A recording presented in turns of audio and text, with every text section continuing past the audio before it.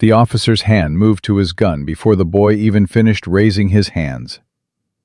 Zara Mitchell saw it happen through the emergency room window. The teenager, maybe 17, black, skinny, wearing a Lions jersey, standing in the parking lot with his palms up, shaking. The officer, white, young, twitchy, yelling something Zara couldn't hear through the glass. Then the shot. Clean through the chest. The boy dropped. Just dropped.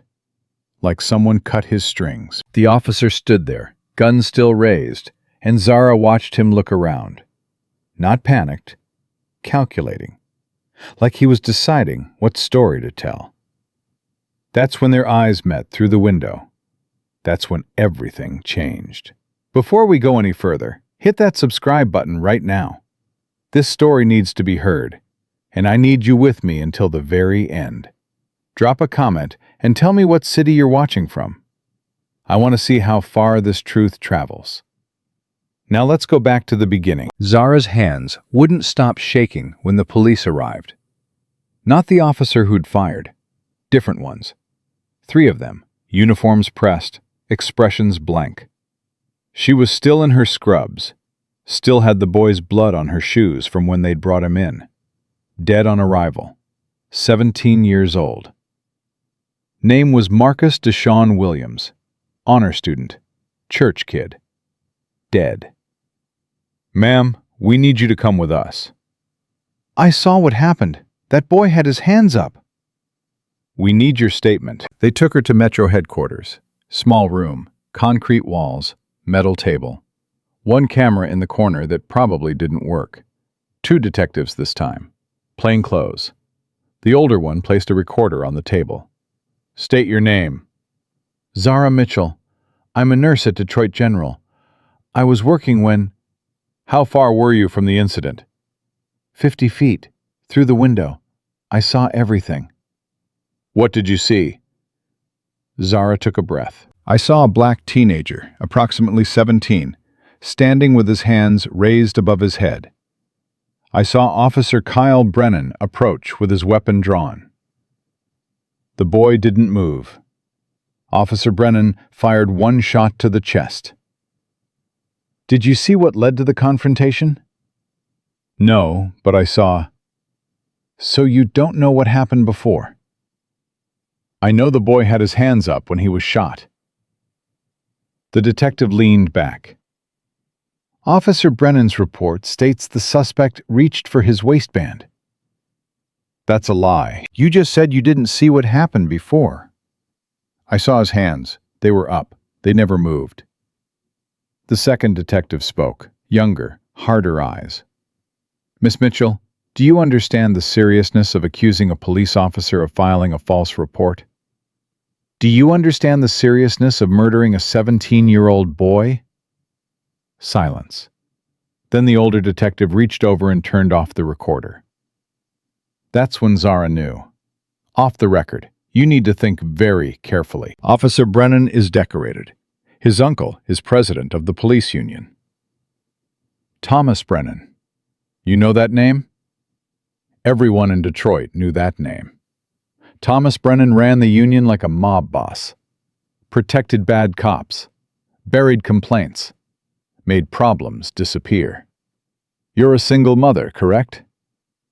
Zara's stomach dropped. What does that? Just establishing facts. You have a daughter. Amara, right? 9 years old. Franklin Elementary. Pretty girl. Don't.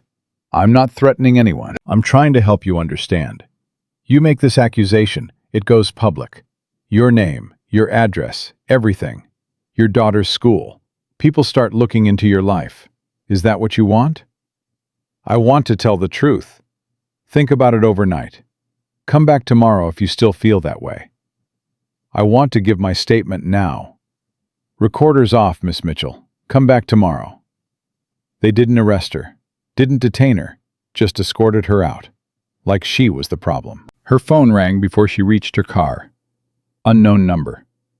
Hello? Heavy breathing. Deliberate.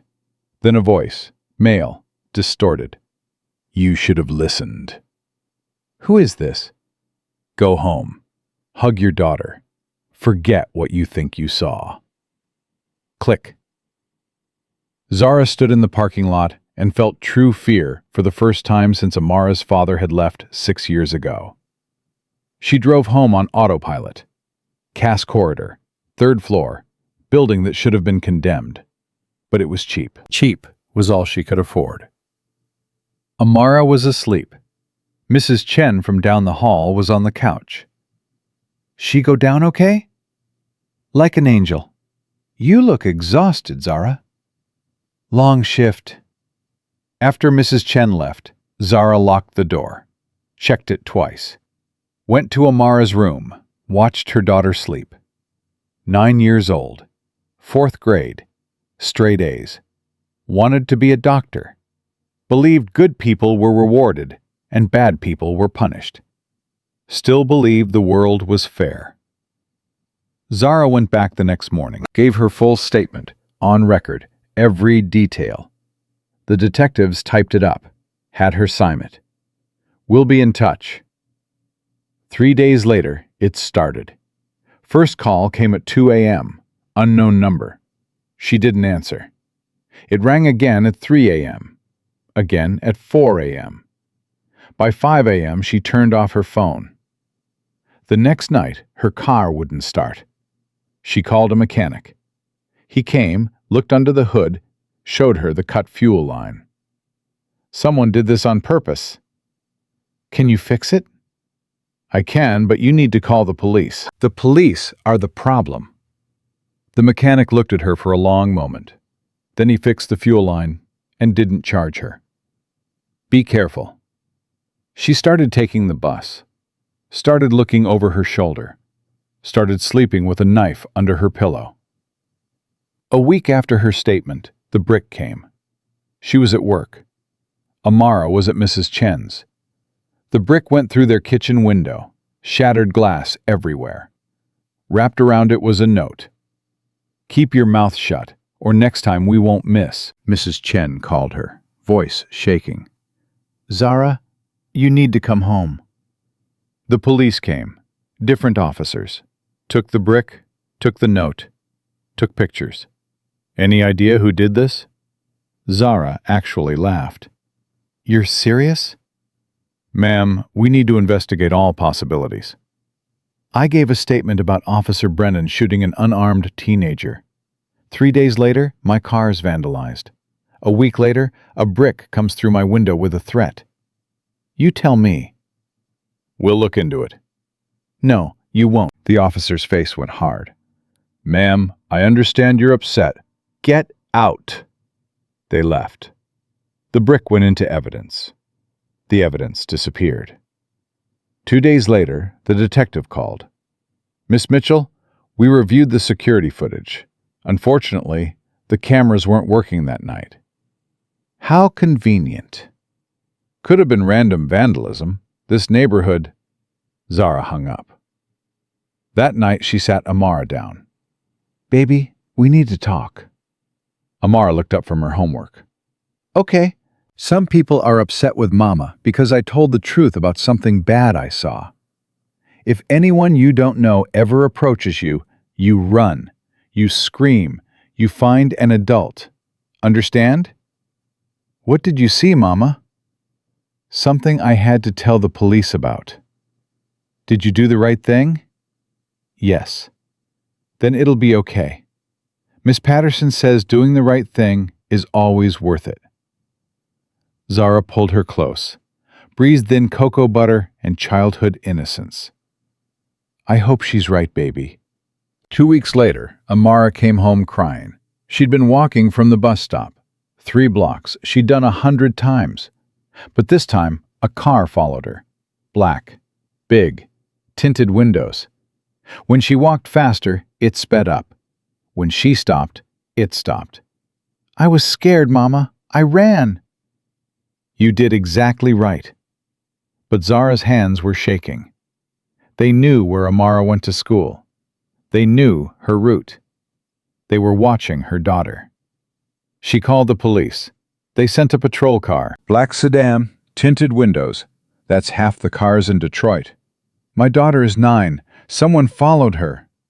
Could have been coincidence. After everything else? Miss Mitchell, we can't investigate every car.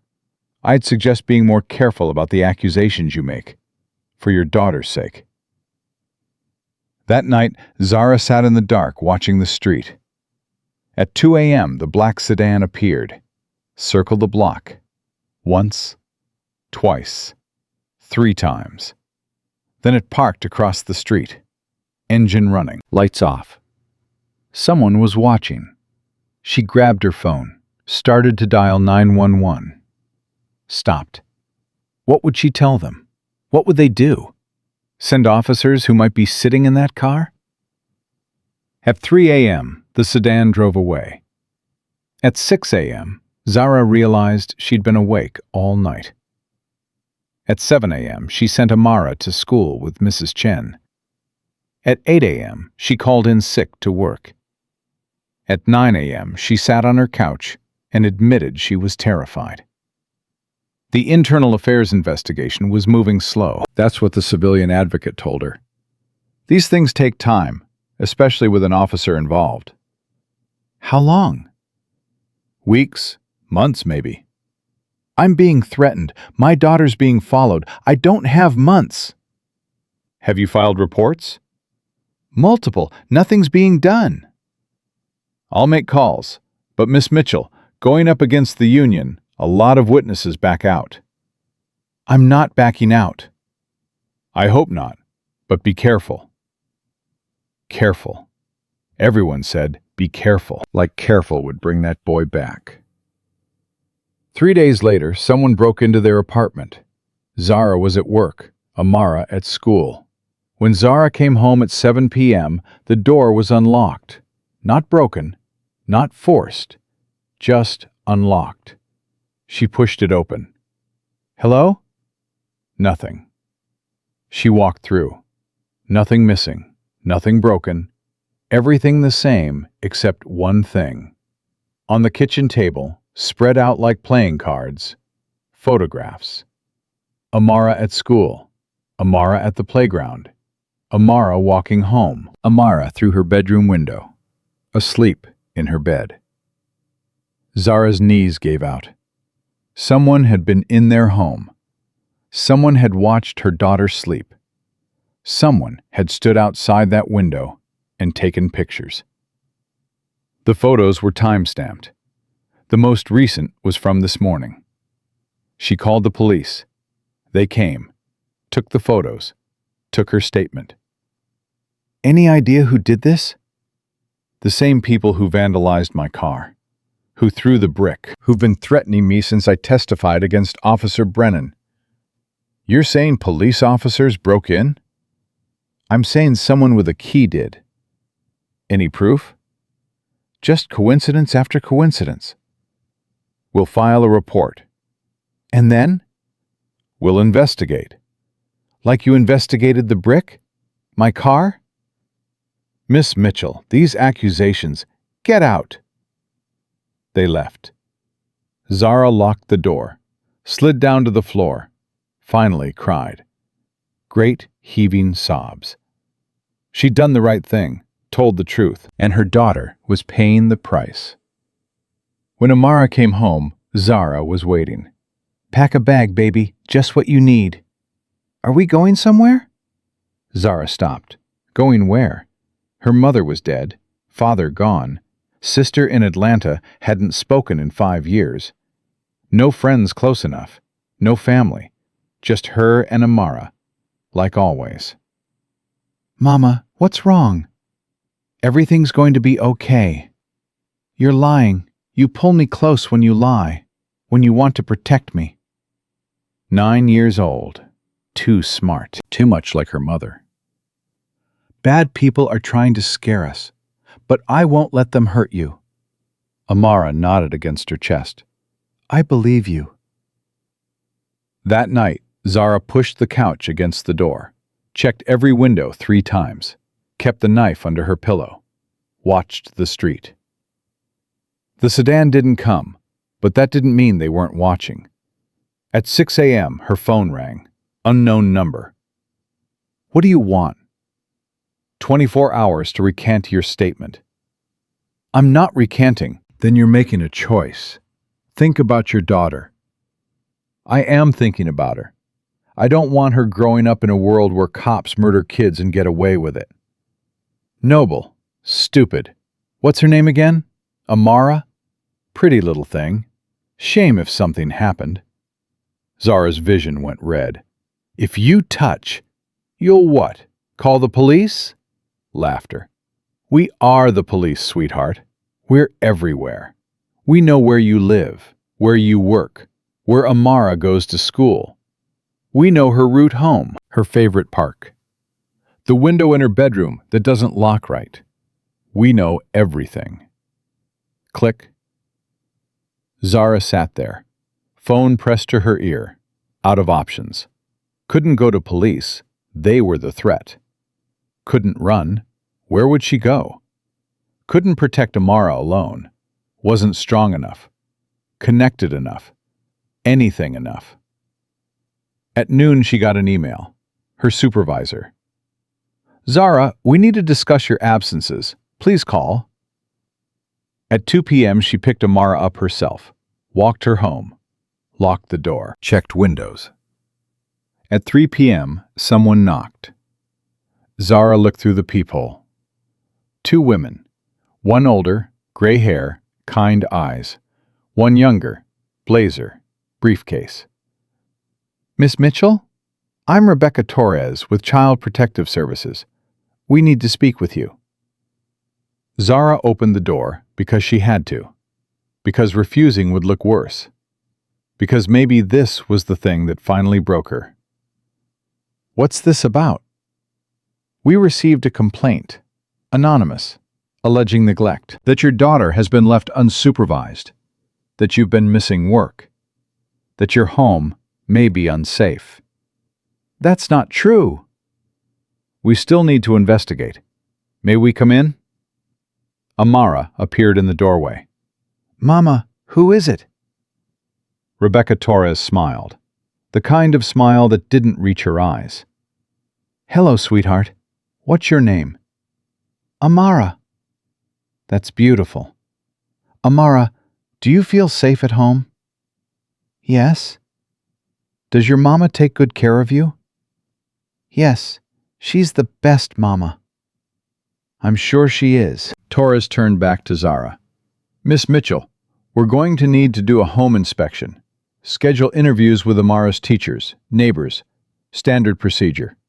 This is because of my statement about Officer Brennan. I don't know anything about that. I'm just following up on a complaint. Anonymous complaint. How convenient. Torres's face hardened.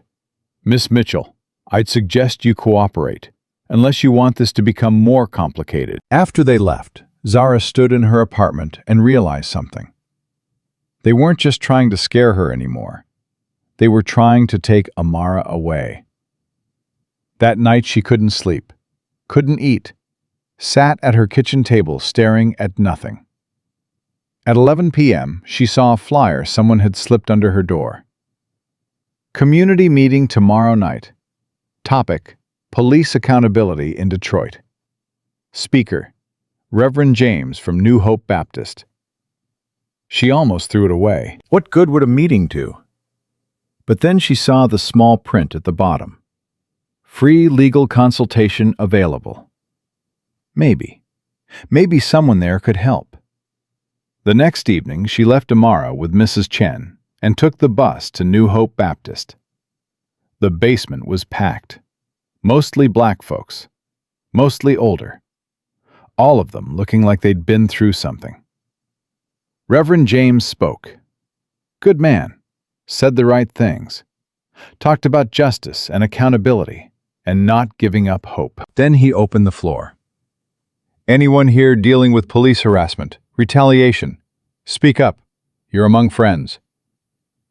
Zara raised her hand before she could stop herself. Yes, sister? She stood, voice shaking. I witnessed an officer shoot an unarmed teenager. I gave a statement. Now they're threatening me, following my daughter. Child Services is investigating me. I don't know what to do. Murmurs rippled through the room. Sympathetic, angry, scared.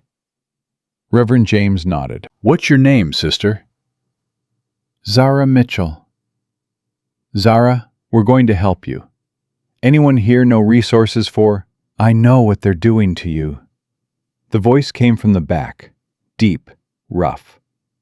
Everyone turned. A man stood up. Older, maybe late 50s. Black, tall, broad shoulders, head shaved clean, beard going gray, wearing a leather vest, patches on it, a motorcycle club. Zara's first thought was to sit down. Bikers, gang members, not people she needed. But the man walked forward. His eyes found hers, and something in those eyes made her stay standing. Marcus Washington. People call me Ghost. I don't need... You witnessed Officer Kyle Brennan shoot Marcus Williams. You gave a statement to Internal Affairs. 3 days later, your car was vandalized. Week later, brick through your window. Someone's been following your daughter. They broke into your apartment, left photos. Yesterday, Child Protective Services showed up. Zara's breath caught. How do you know all that? Because I've seen this playbook before. Thomas Brennan, the union president, he's Kyle's uncle. He protects his own. Witness intimidation, evidence tampering, he's done it 100 times. Who are you? Someone who can help. I don't need help from a biker gang. Ghost's expression didn't change. We're not a gang. We're a club. And we protect people the police won't. People the system forgets. Why would you help me? Because that boy who got shot? Marcus Deshaun Williams? That was my nephew's son. My family. And I know Kyle Brennan. I know what he is. The room went silent. Zara felt the floor tilt. You knew him? Knew him. Know him. Kyle Brennan has 3 excessive force complaints. 2 wrongful death settlements the city paid quietly. He should have been fired years ago. But his uncle protects him, buries the complaints, threatens the witnesses. Then help me expose him. I am. But first I need to keep you alive. You and your daughter. I don't want protection from what? Bikers? Criminals? Ghost stepped closer. Not threatening, just present. Lady, I'm a 60-year-old man who rides a motorcycle and runs a club that feeds homeless kids every Saturday. I'm a decorated Marine veteran. I own a construction company. I pay my taxes. And I've spent the last 20 years protecting people like you from people like Thomas Brennan. He pulled out a card, handed it to her. You don't have to trust me. But when they come for your daughter, and they will, you're going to need someone who can stop them. Police won't help you. Courts won't help you. System won't help you. But I will. Zara took the card, looked at it. Simple, just a name and number. I'll think about it. Don't think too long. You've got maybe 48 hours before they escalate. Escalate to what? Ghost's eyes were sad, old, like he'd seen this movie too many times. To taking Amara, emergency custody. Claim you're unstable, dangerous. By the time you fight it in court, weeks pass, maybe months.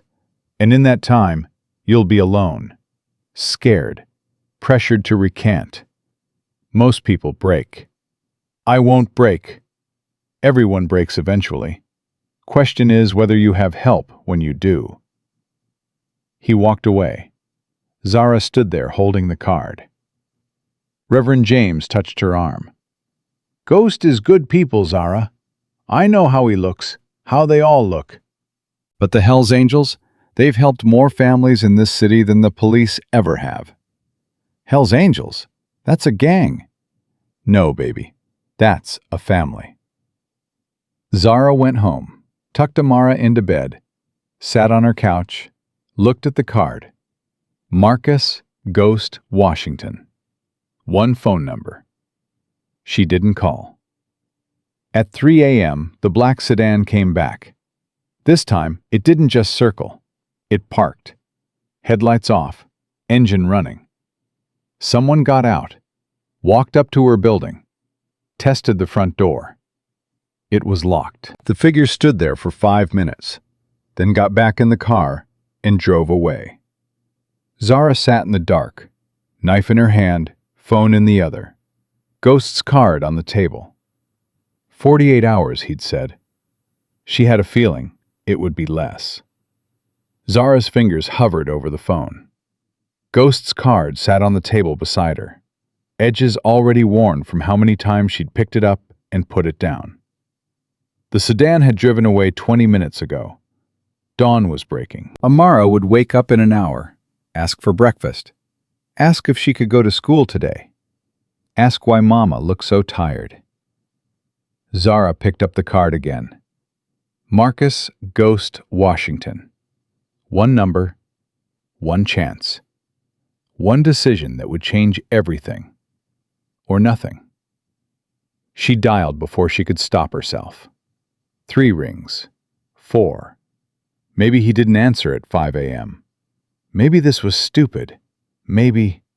"This is Ghost." His voice was rough. Awake. Like he'd been expecting this call. "They came back." "I know. We've been watching." Zara's breath caught. "You've been what?" "We've had eyes on your building since the meeting. Saw the sedan. Saw the guy test your door." "You waited too long to call, Zara." "Don't tell me what They'll be back tonight. With a warrant. Emergency custody. Judge already signed it. Thomas Brennan has people everywhere, including family court." "How do you know this?" "Because I have people everywhere too. Difference is, mine actually give a damn." Ghost paused. "You've got maybe 12 hours. Pack what you and Amara need. Light, 1 bag each. We're moving you." "Moving us where?" "Somewhere they can't touch you. Somewhere we can keep you both safe while we build your case." "What case? I gave my statement. They buried it." "Then we dig it up. But first, I need you alive, so pack. I'll be there in 30 minutes. "Ghost, I don't even know you." "You know I'm the only option you've got left." He hung up. Zara sat there, phone still pressed to her ear. He was right. She hated that he was right. But she also hated that she was about to put her daughter's life in the hands of a biker she'd met once. She went to Amara's room.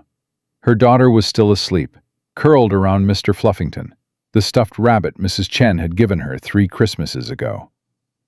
9 years old, still believed in fairness, still thought Mama could fix everything. Zara packed quickly. Clothes, toothbrushes, Amara's homework, the photo album from Mama's funeral. Nothing else mattered. Amara stirred when Zara zipped the bag. "Mama? Hey, baby. Why are you packing? We're going on a trip." "Where?" "Somewhere safe." Amara sat up, rubbed her eyes. "Are the bad people coming back?" Zara knelt beside the bed. "Yes, but I won't let them hurt you. Some people are going to help us. The man I met at the church, Mr. Ghost. He and his friends are going to keep us safe." "The motorcycle men?" "Yes." "Are they scary?" "They look scary, but I don't think they are." "Like dragons," Amara said quietly. "Exactly like dragons." 28 minutes later, someone knocked. 3 times, pause, 2 times. A code Ghost had given her. Zara looked through the peephole. Ghost stood there with another man, younger, maybe 40, built like he could lift a car, both wearing leather vests with patches. She opened the door. "This is Diesel," Ghost said. "He's going to drive you." "I'll follow on my bike." "Where are we going?" "You'll see. Bring your daughter. We need to move. Now." Amara appeared behind Zara, clutching Mr. Fluffington, eyes wide. Diesel crouched down to her level. Hey there, what's your name? Amara. That's beautiful. I'm Diesel. I know I look big and scary, but I promise I'm nice. I have a daughter too. She's about your age. Her name's Sophie. You'd like her. Does she like rabbits? Diesel smiled. The expression transformed his face completely. She loves rabbits. That's a good one you've got there. His name is Mr. Fluffington. That's a very dignified name for a rabbit. Amara almost smiled. Almost. They went downstairs. A black van waited at the curb, engine running. Not a kidnapper van. A family van. The kind with car seats and juice stains. Mrs. Chen, Zara started. Already handled, Ghost said. Called her 20 minutes ago. Told her you had a family emergency. She thinks you're going to Atlanta to see your sister. I don't talk to my sister. She doesn't know that. And if anyone asks, that's your story. Family emergency. Atlanta. Back in a week. They got in the van. Diesel drove. Ghost followed on his motorcycle. Zara watched Detroit pass by through the window. Her city. Her home. The place she'd thought she'd raise Amara forever. Where are we really going? She asked Diesel. The compound. Club headquarters.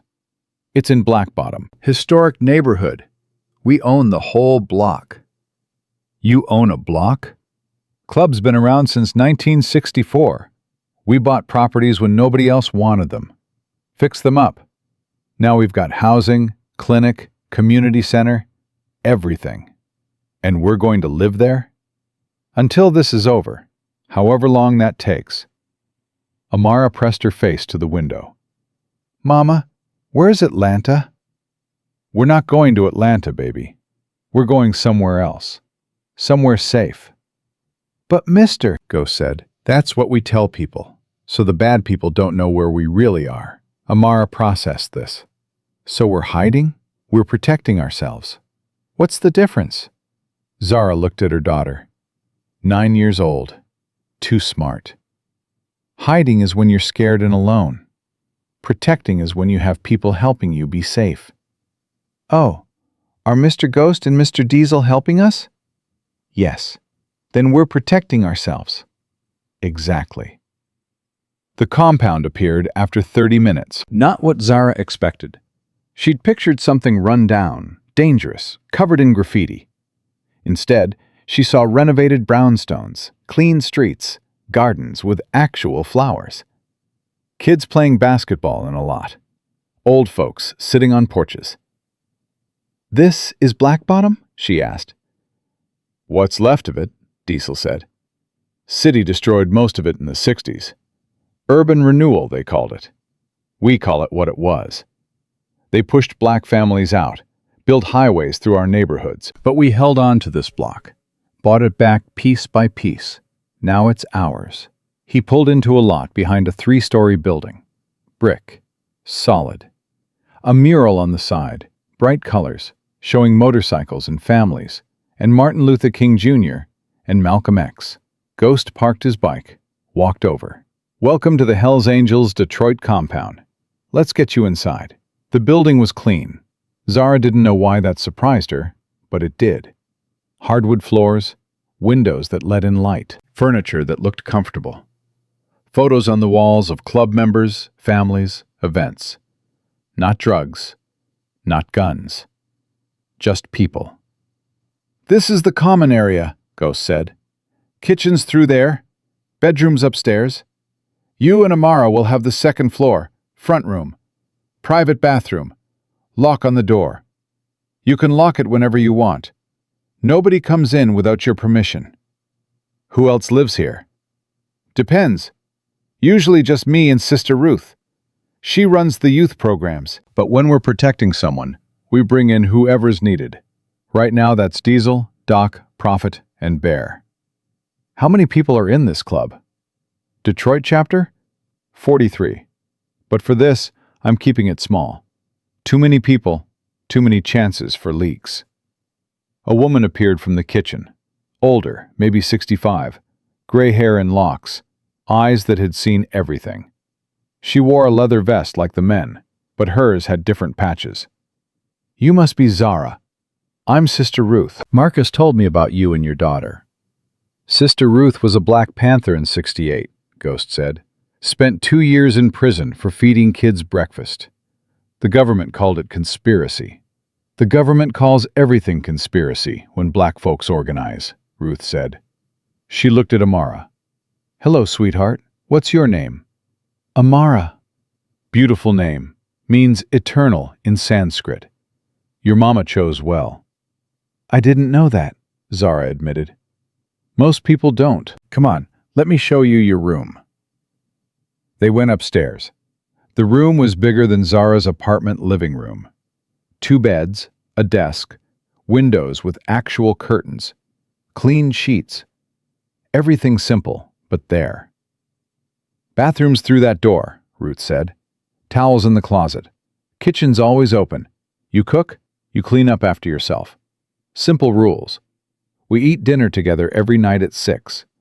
Everyone contributes. You're not a guest here, Zara. You're family now. Family works." "I don't know how to thank you." "Don't thank us yet. Wait until you see what we're asking you to do." After Ruth left, Amara sat on one of the beds, testing the mattress. "It's soft. Is it okay, baby, being here? Are the bad people going to find us?" "No. These people won't let them." "Promise?" Zara wanted to promise.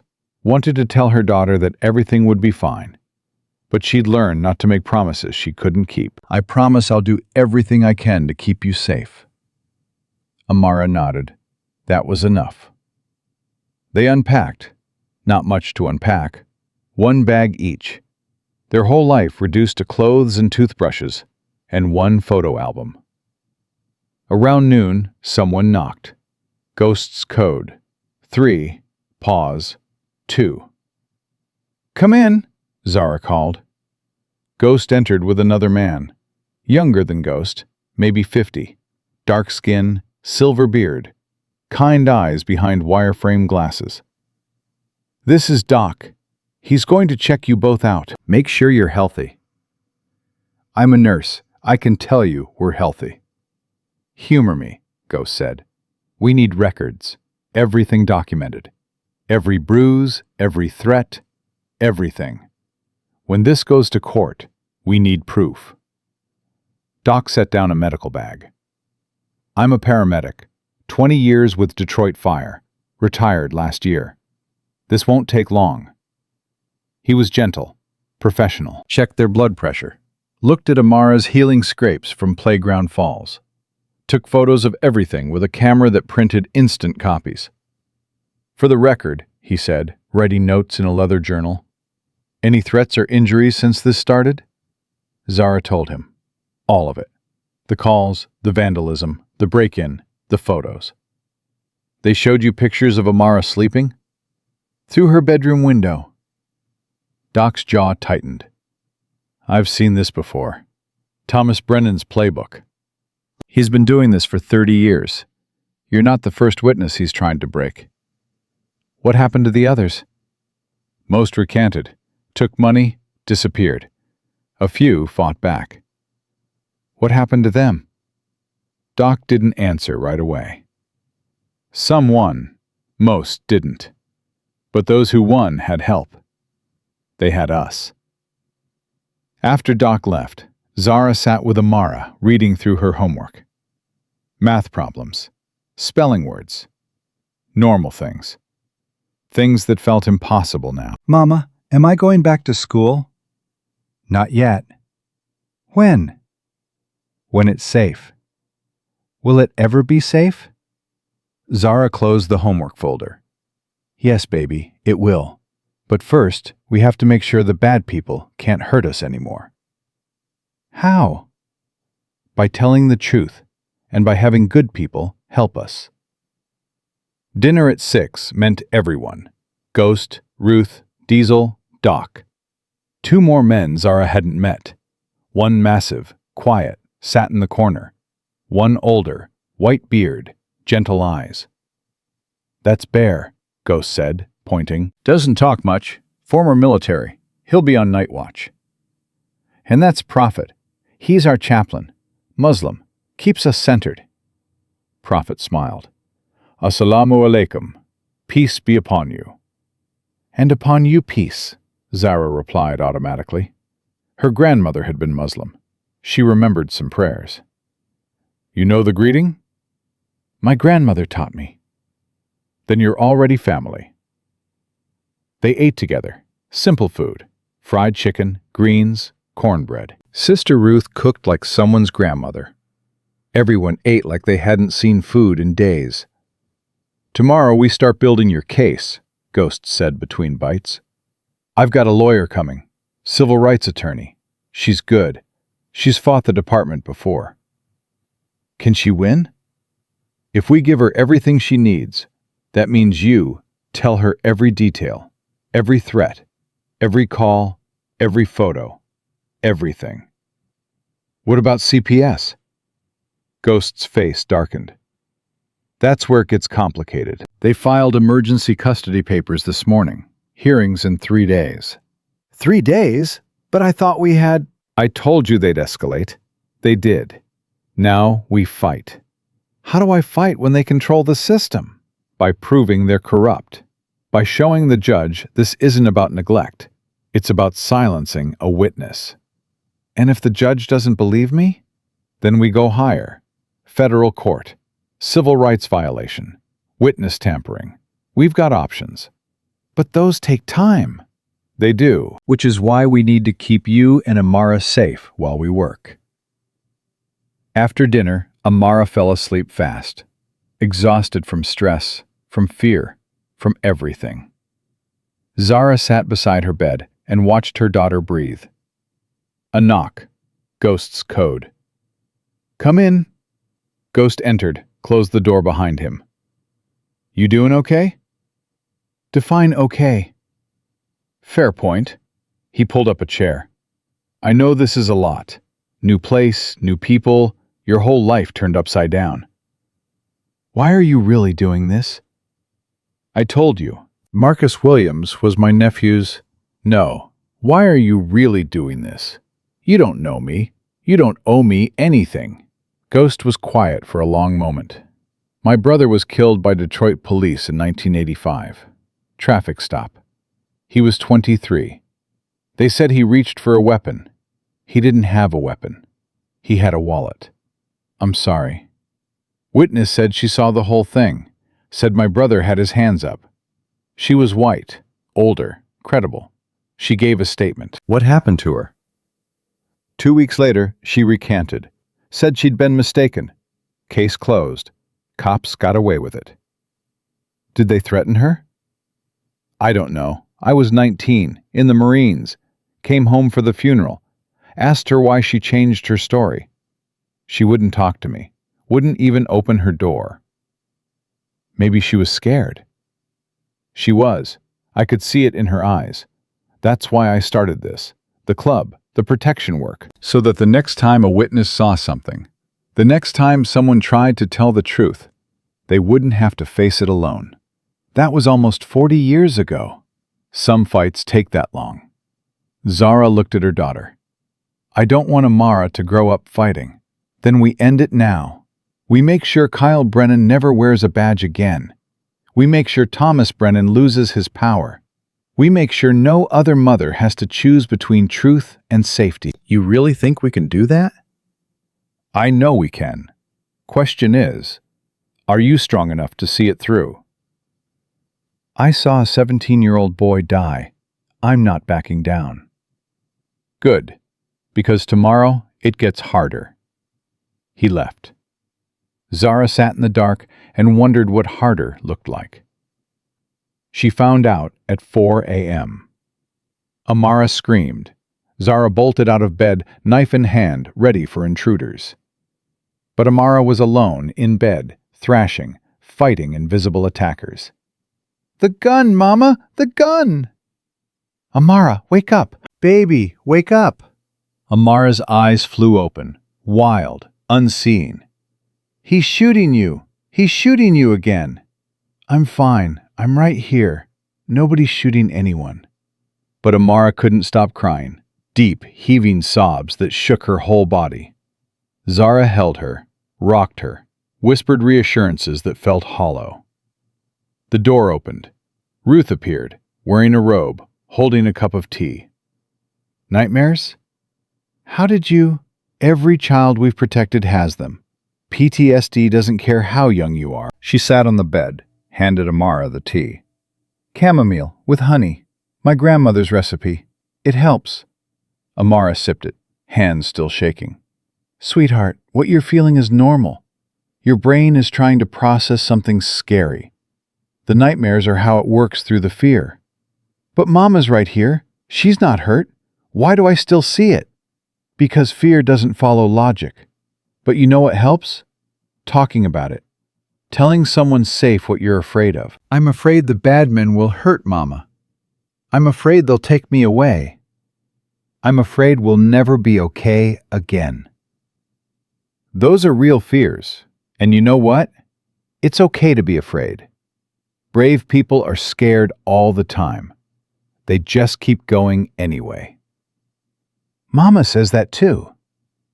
Because it's true. Ruth looked at Zara. She can sleep in my room tonight if you want. Sometimes being around someone new helps. Changes the dream patterns. I don't want to be a burden. Baby, you're not a burden. You're a child dealing with trauma. That's what we're here for. Amara looked at Zara. Can I, Mama? If you want to. Amara went with Ruth. Zara sat alone in the dark and realized something. She'd been protecting Amara by keeping her close. But maybe what Amara needed was to know other people could protect her too. That Mama wasn't the only safe person left. Morning came too fast. 6 a.m., someone knocked. Not ghost's code, just regular knocking. It's open. Diesel entered with coffee. Ruth told me about last night. Wanted to check on you. We're fine. You're not, but you will be. He handed her the coffee. Ghost wants you downstairs at 8. Lawyer's coming. Also, something you need to know. What? The hospital called. They're terminating your employment. Effective immediately. Zara felt the floor drop. On what grounds? Excessive absences. Failure to report. They're saying you abandoned your position. I called in sick. I followed protocol. Protocol doesn't matter when Thomas Brennan tells them to fire you. He can do that? He's the union president. He's got connections everywhere.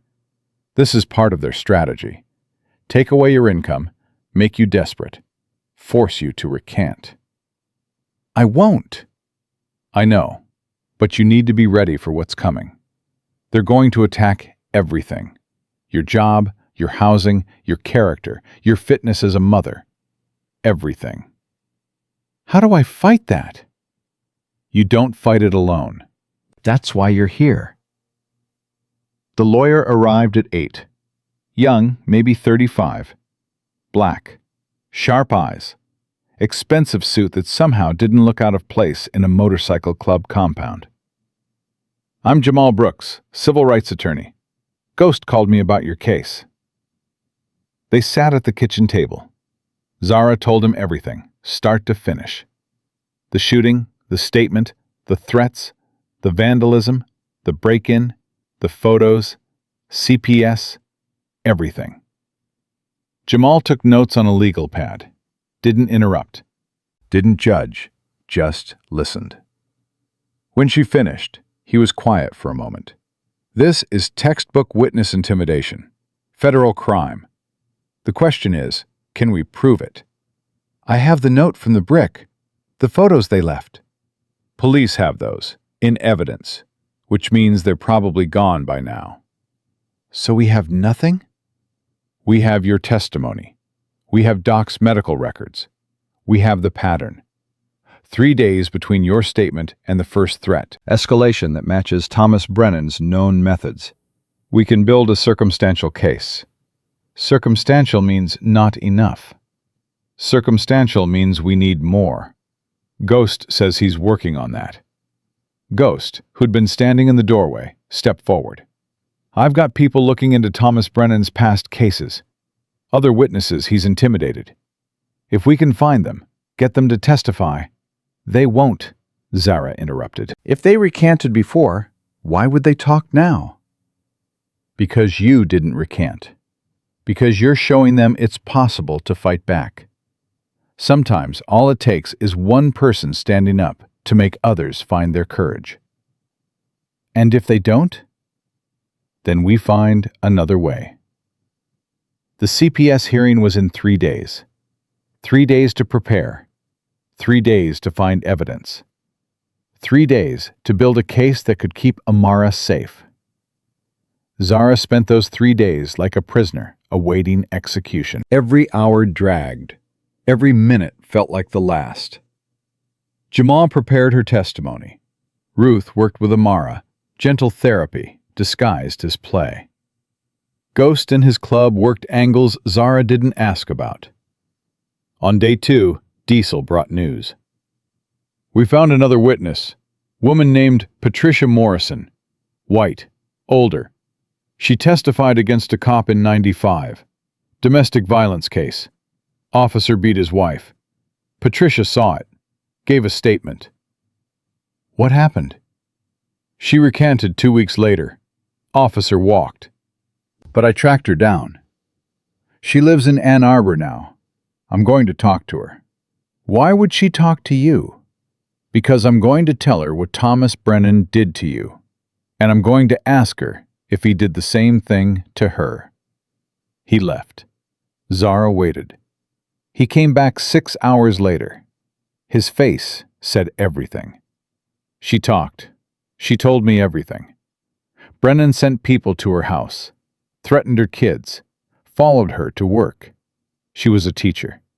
They complained to her principal, said she was unstable. She almost lost her job. So she recanted. Will she testify now? She's scared, but she said if you're willing to fight, she'll back you up. She's tired of being scared. How many others are there? We don't know, but we're looking. Day 3, the day before the hearing.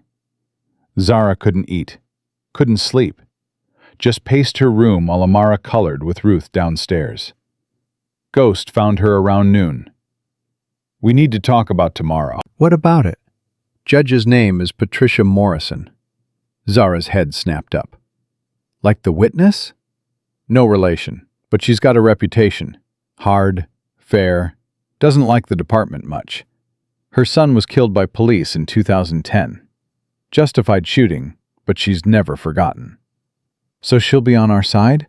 She'll be on truth's side, which means we need to give her truth. Every detail, every piece of evidence, everything.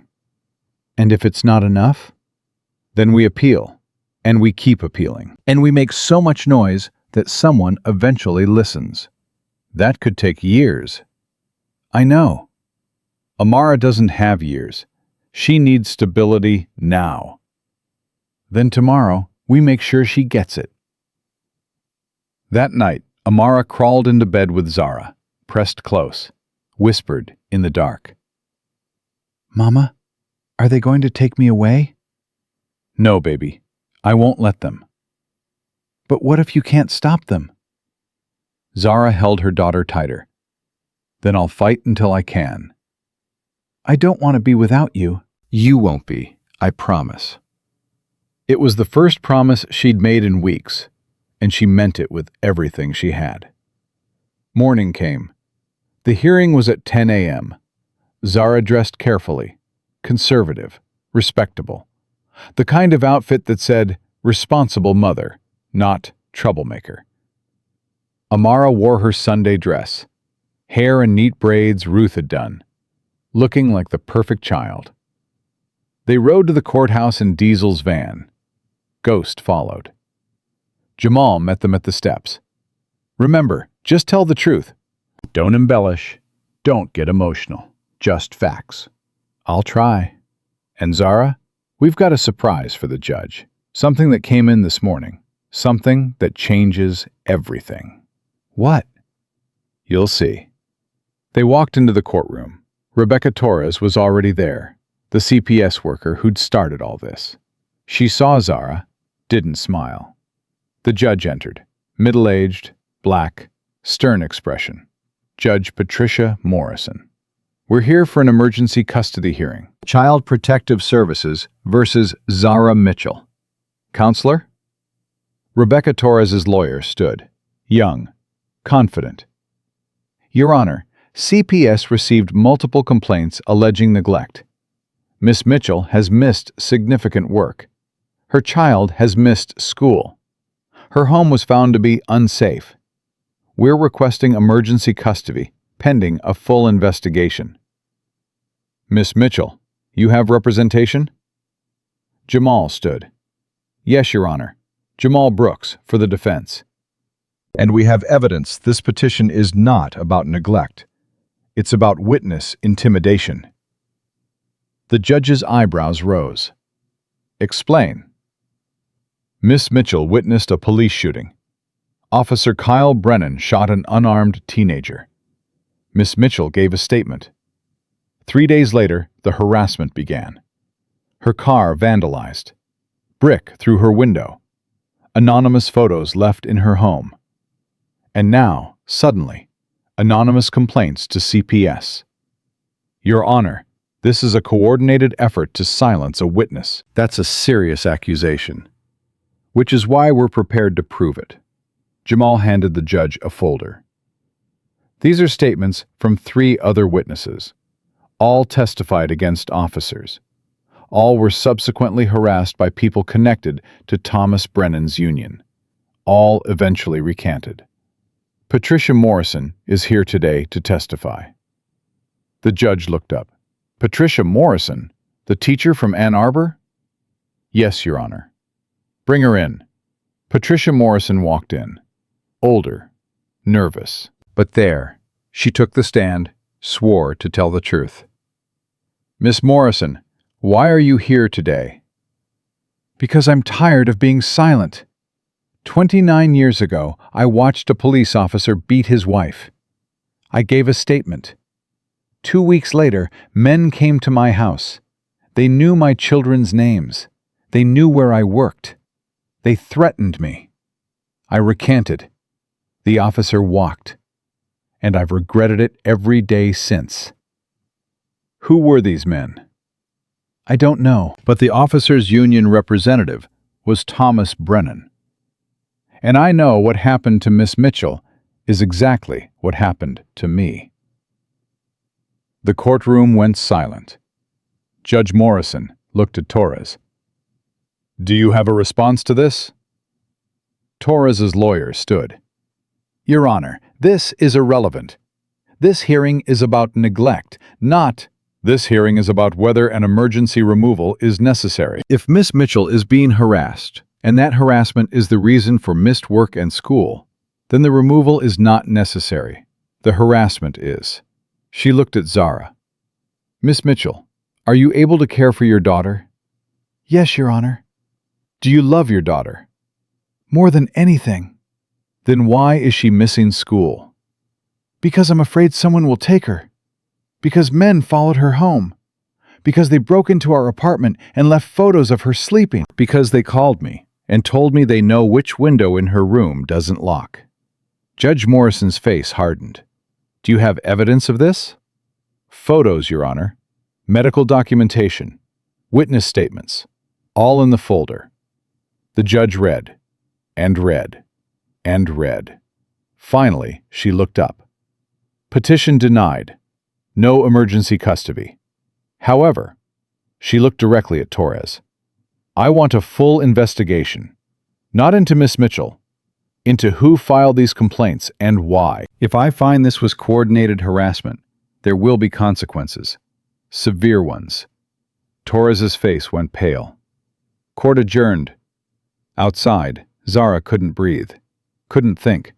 Just held Amara and shook. We won, Jamal said. You kept your daughter. For now. For now. But this is bigger than now. The judge ordered an investigation. That means people will start asking questions.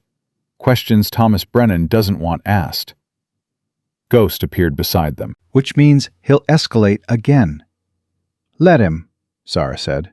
Her voice was steel. I'm not running. I'm not backing down. And I'm not letting that bastard win. Good, because the real fight just started. They went back to the compound, celebrated quietly. Ruth cooked. Everyone ate.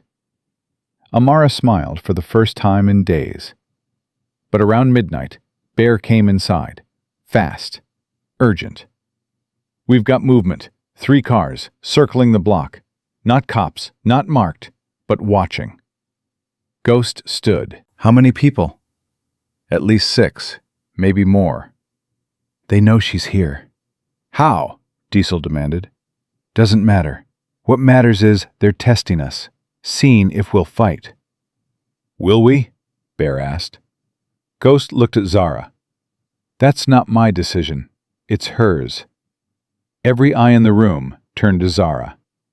If we leave, she said slowly, they win. If we hide, they win. If we back down, they win. I'm done letting them win. They might attack, Ghost warned. This compound, tonight. Then we fight. Ghost smiled. Not happy. Grim. All right then. Everybody up. We defend. And Zara realized that she'd just declared war on the Detroit Police Department. The compound went from quiet to combat-ready in under 3 minutes. Diesel killed the lights. Prophet positioned himself by the front windows. Bear disappeared upstairs, probably to high ground. Ruth grabbed Amara, moved her to the back room, the one with reinforced walls and no windows. Mama? Amara's voice was small. Stay with Miss Ruth, baby. I'll be right here. Ghost pulled Zara aside. You need to be in the back room too. No. Zara, you're what they want. You're safest. I said no. I'm not hiding while other people fight for me. You have a daughter who needs you alive. She needs me brave. She needs to see that we don't back down. Ghost studied her face, searching for something. Whatever he found made him nod. All right, but you stay behind me. You don't engage. You don't make yourself a target. Understood? Understood. Diesel came back from the front. 3 cars stopped at the corner. Engines running. Nobody's getting out. Watching us, Ghost said. Seeing how we react. Or waiting for something, Prophet added. Like what? Prophet pointed to the street. A news van pulled up. Channel 7. Camera crew getting out, setting up lights. Media, Ghost breathed. They're not here to attack. They're here to make a scene. Why? Because attacking a compound full of bikers is illegal. But filming them and calling them dangerous?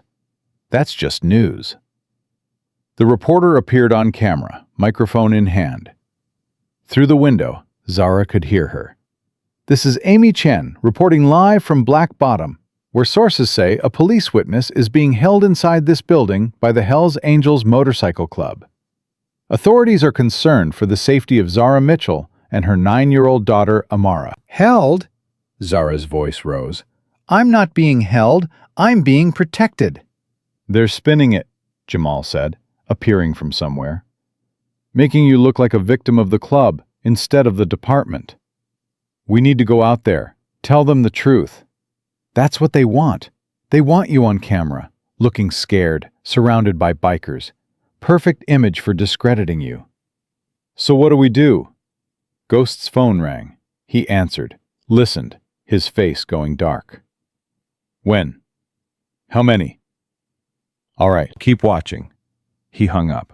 That was my guy at the department. They're sending a wellness check. 4 patrol cars. ETA, 5 minutes. Wellness check my ass, Diesel muttered. They're coming for her. Not if she walks out first, Jamal said. On her terms, with me, her lawyer.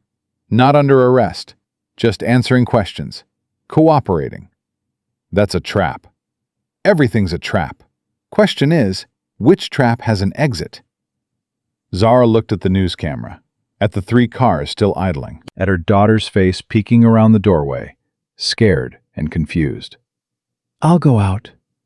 Zara, Ghost started. I'll go out. With Jamal. We'll talk to them. Show everyone I'm here voluntarily. That I'm fine. That the club is protecting me, not holding me. And when the cops arrive? Then I cooperate.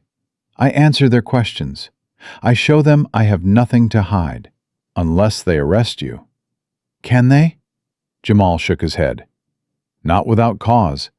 You haven't committed a crime. You're a witness, not a suspect. Then let's do this before I lose my nerve. She walked to the back room. Amara ran to her. Mama, what's happening? I'm going outside to talk to some people. Miss Ruth is going to stay with you. Mr. Ghost and Mr. Diesel will be right outside that door. Nobody's going to hurt you, I promise.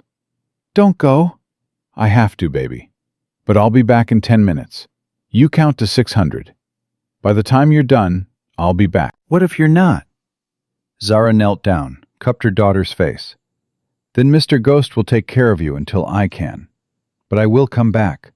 Team Sullivan doesn't break. Team Sullivan doesn't break, Amara repeated, voice shaking.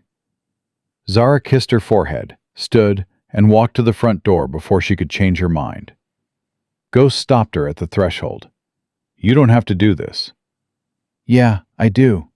Because if I hide, they win. And I'm done letting them win. She opened the door. The camera lights hit her face immediately. Blinding. Hot. The reporter rushed forward. Miss Mitchell, Amy Chen, Channel 7, is it true you're being held by the Hells Angels?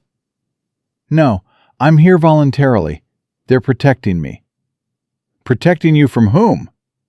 From the people who've been threatening me and my daughter since I witnessed a police shooting. You referring to the Marcus Williams case?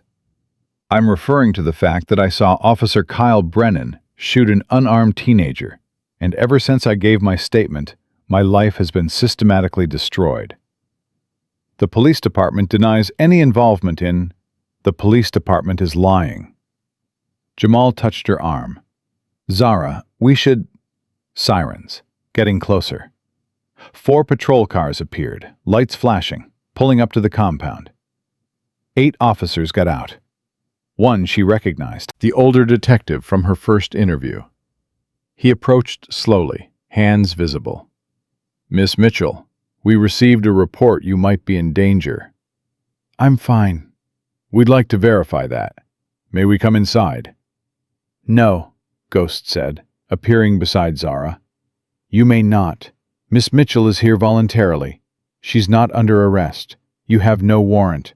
You don't come inside. Sir, we're not here to arrest anyone. We're conducting a wellness check. Then check her wellness. She's standing right in front of you. She's fine.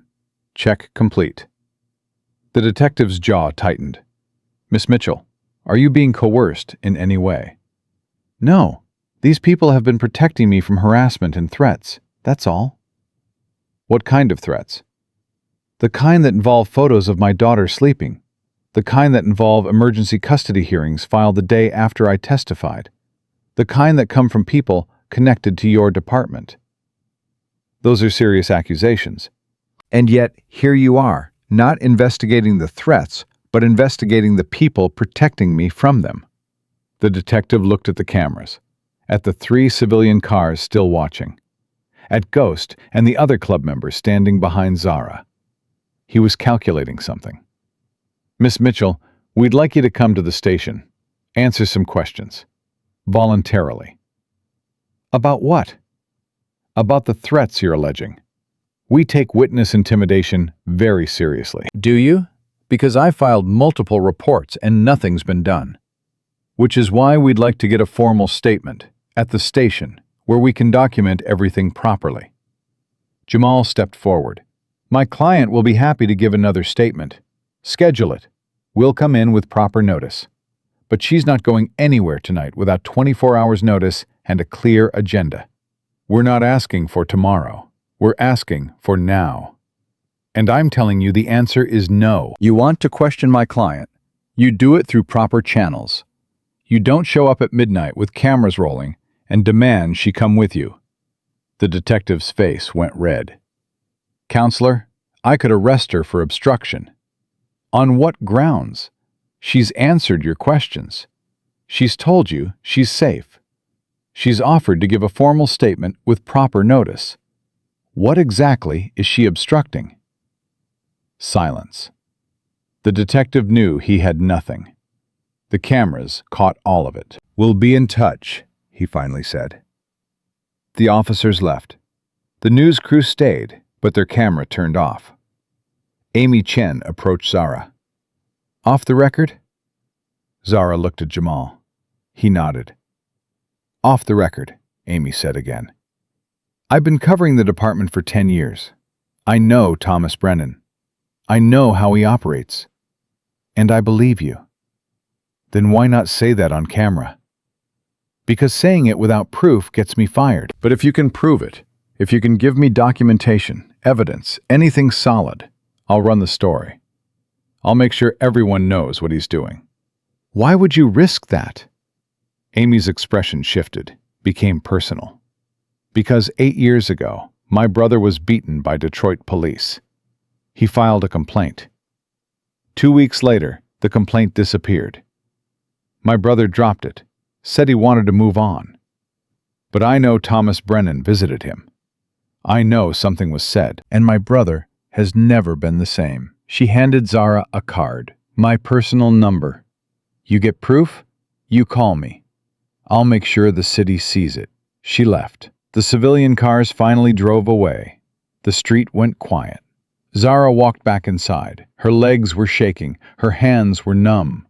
But she'd done it. She'd faced them down. Amara ran to her, crashed into her legs. "You came back!" "Told you I would." "Did you count to 600? I got to 400, and then lost track." "That's okay, baby. I'm here now." Ghost locked the door. That was brave. And stupid. But mostly brave. "Did it work?" "You told your story on camera. You showed you're here voluntarily. You exposed their tactics. Yeah, it worked. For now. What happens next?" "They'll regroup, try something else. But we bought time." Ruth appeared with tea. "Amara, honey, let's get you back to bed." "I'm not tired." "I know, but your mama needs to talk to the grown-ups for a bit. And you need to rest." After Amara left, everyone gathered in the kitchen. Ghost, Diesel, Bear, Prophet, Doc, Ruth, Jamal. All of them looking at Zara. "What?" she asked. "You just went on camera and accused the Detroit Police Department of witness intimidation," Jamal said. "That's not something you walk back from." "I don't want to walk back." "Good, because now we have to prove it. Everything you said out there, we need evidence for. Documentation, witnesses, paper trail, everything." "We have 3 witnesses," Ghost said. "Patricia Morrison testified. There are 2 others willing to talk. 3 isn't enough. Not against Thomas Brennan. We need more." "How many more?" 10, 20, however many it takes to show a pattern. "That could take months." "Or it could take days if we get lucky." Jamal pulled out his laptop. "I've been researching Brennan's cases. In the last 30 years, he's represented officers in over 200 complaints. That's abnormally high. But what's more interesting is what happened to the complainants. Most dropped their cases. Most within 2 weeks of filing. That's the pattern." "Right. So we contact them. All of them. We ask if they were threatened, if they were harassed, if they were paid off. Some will talk, some won't. But if even 10% talk, that's 20 witnesses. That's a federal case." "How long will that take?" "We start tomorrow. I've got investigators ready. We divide the list. We work fast." Ghost's phone buzzed. He looked at it, frowned. "We've got a problem." "Another one?" Channel 7 just posted the video online. It's going viral. 500,000 views in 20 minutes. Is that good or bad? Depends. It means people are paying attention. But it also means Thomas Brennan knows exactly where you are and what you said. He'll respond. And when he responds, it won't be quiet. He was right. At 2 a.m., Zara's phone rang. Number blocked. She answered anyway. What do you want? You made a mistake going on camera. The voice was different this time. Not distorted, not disguised. An older man. Confident. Powerful. Who is this? Thomas Brennan. I think it's time we talked. Zara's blood went cold. She looked at Ghost, mouthed the name. His face went hard. We have nothing to talk about. We have everything to talk about. You're accusing my officers of crimes they didn't commit. You're defaming the department. You're hiding in a criminal compound with a motorcycle gang. I'm protecting my daughter from people you sent.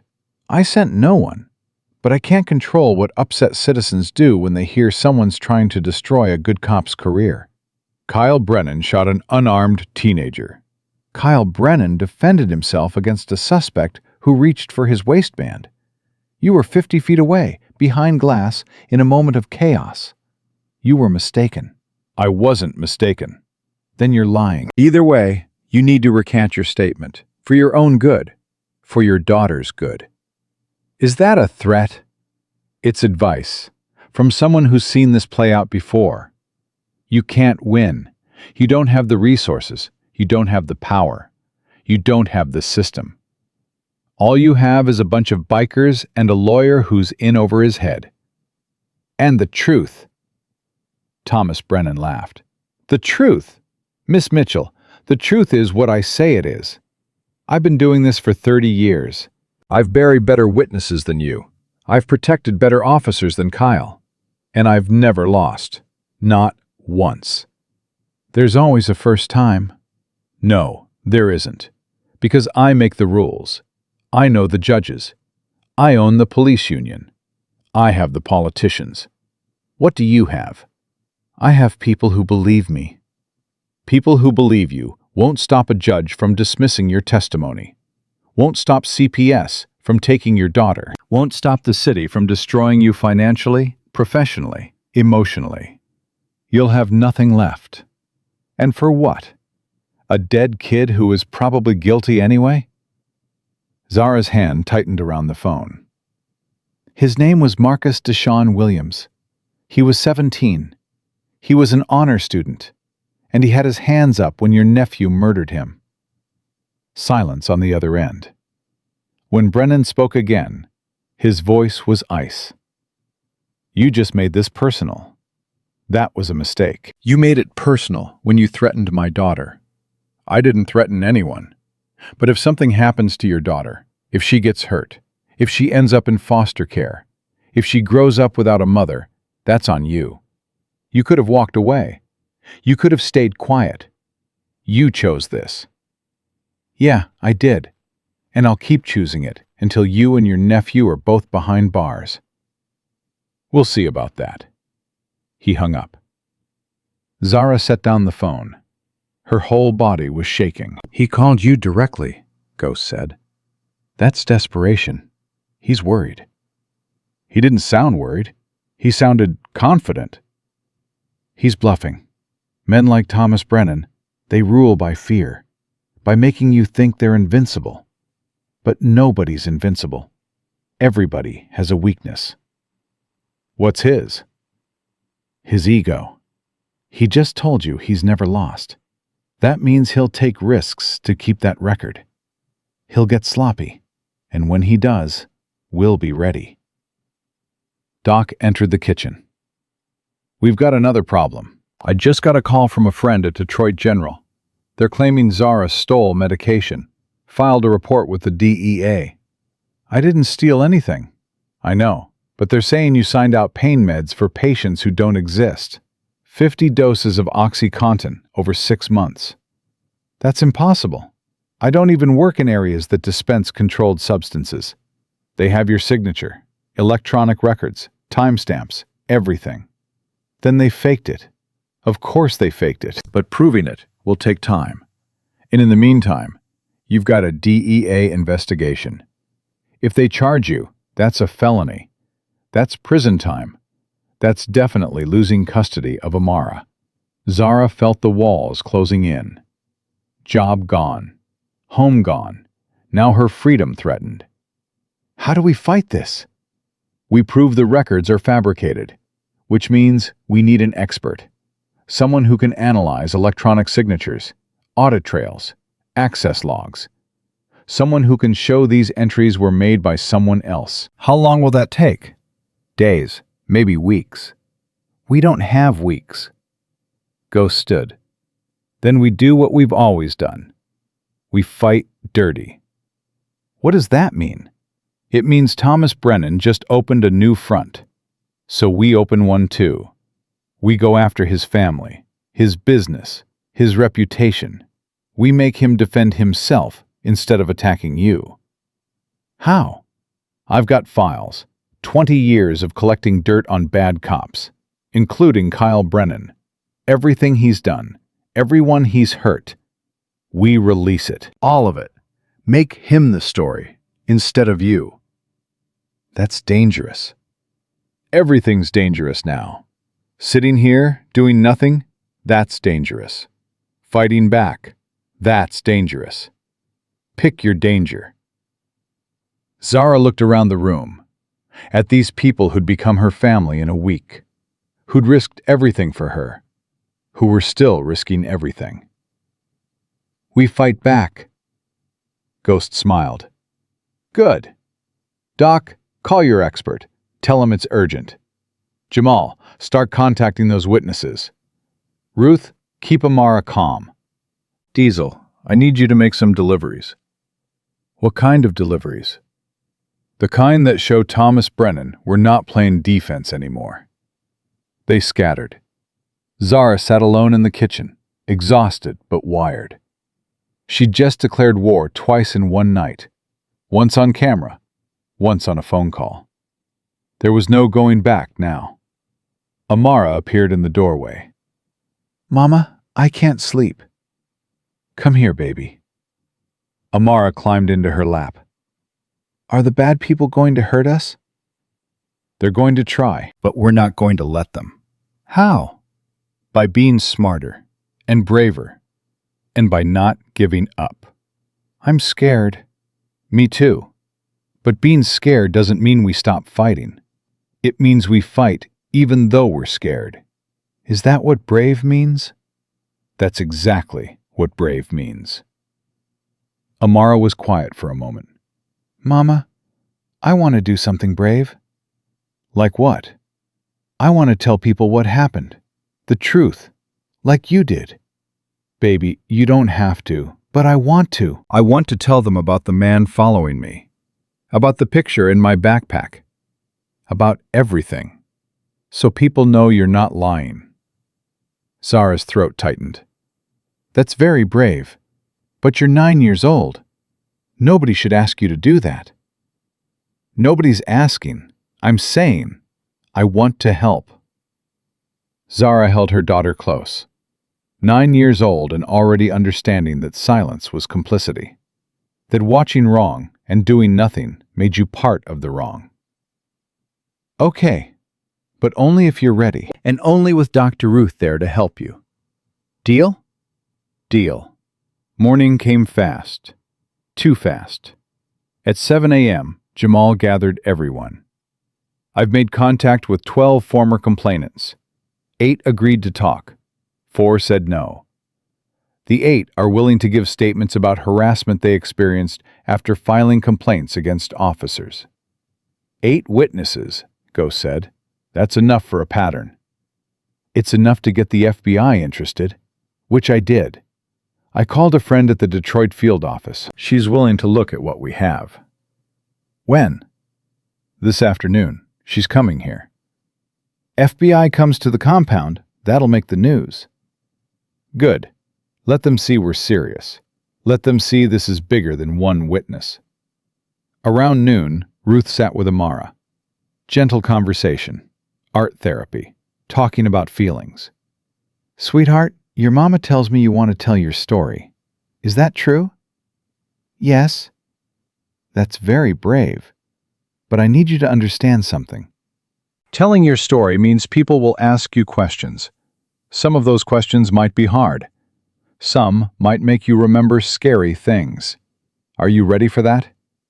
"I don't know, but I want to try." "Okay, let's practice.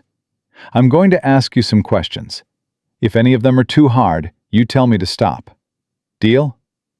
"Deal." Ruth pulled out a notepad. "Can you tell me about the day someone followed you home from school?" Amara's face went serious. "I was walking from the bus stop, 3 blocks like always. But this time, there was a car. Black. Big. It drove slow beside me. What did you do?" "I walked faster, but it sped up. So I stopped, and it stopped too." "Were you scared?" "Yes. I thought they were going to take me." "What happened next?" "I ran.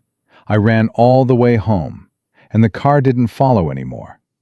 But I told Mama, and she got really scared." "Did you see who was in the car?" "No, the windows were too dark."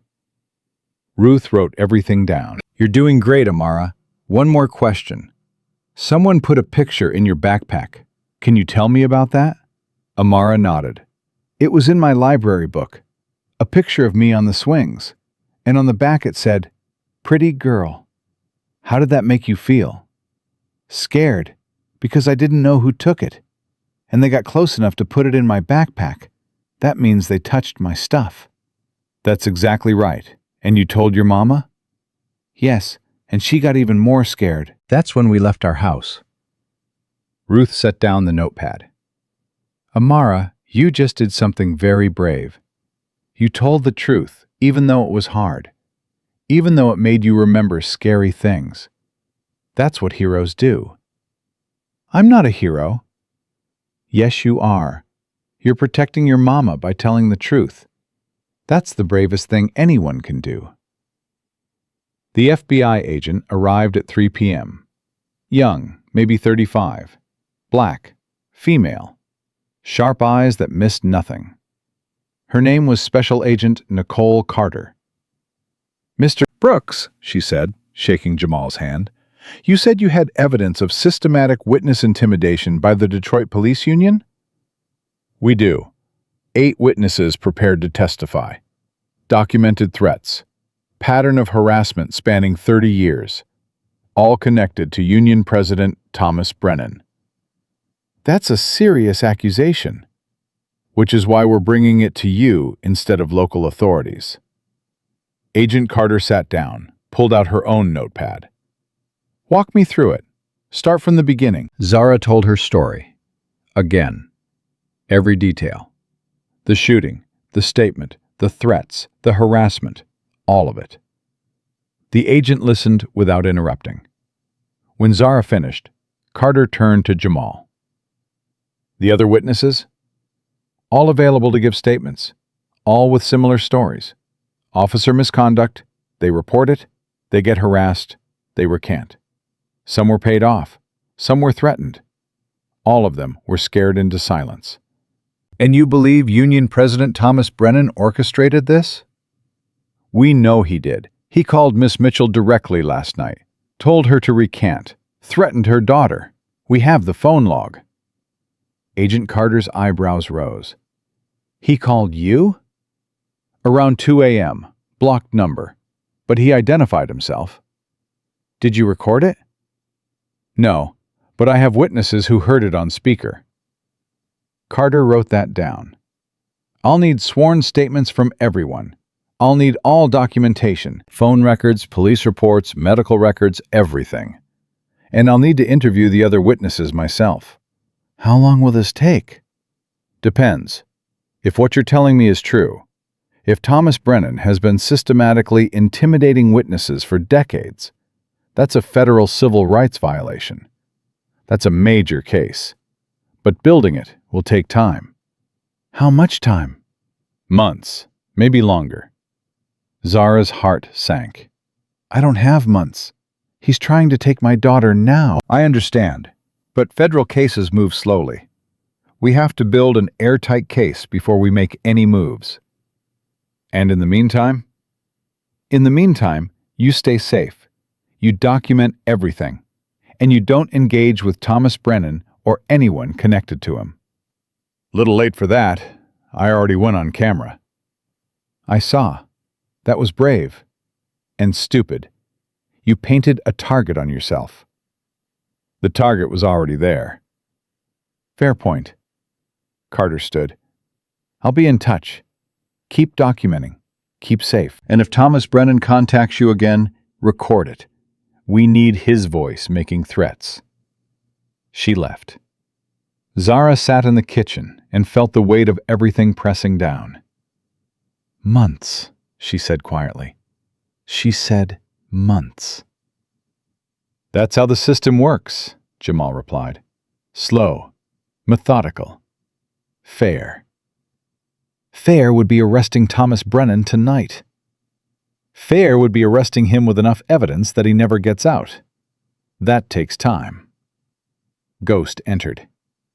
We don't have time. I just got word. Kyle Brennan's lawyer is holding a press conference tomorrow, noon. He's going to accuse Zara of fabricating her testimony. They're going after her credibility. Let them. We have 8 witnesses. 8 witnesses nobody knows about yet. He's controlling the narrative. We need to control it back. How? We hold our own press conference, tonight. All 8 witnesses. Live stream. Show the city this isn't one person. It's a pattern. It's a system. Jamal shook his head. That's premature. We haven't vetted all their stories. We haven't prepared them for cross-examination. If they say something wrong, something contradictory, it destroys our credibility. And if we wait, Kyle Brennan's version becomes the truth. They argued back and forth. Zara listened, exhausted. Everyone had opinions. Everyone had strategies. Everyone except the person who'd actually lived through this. Stop, she finally said. Both of you, stop. They stopped. We're not holding a press conference tonight. We're not rushing. But we're not hiding either.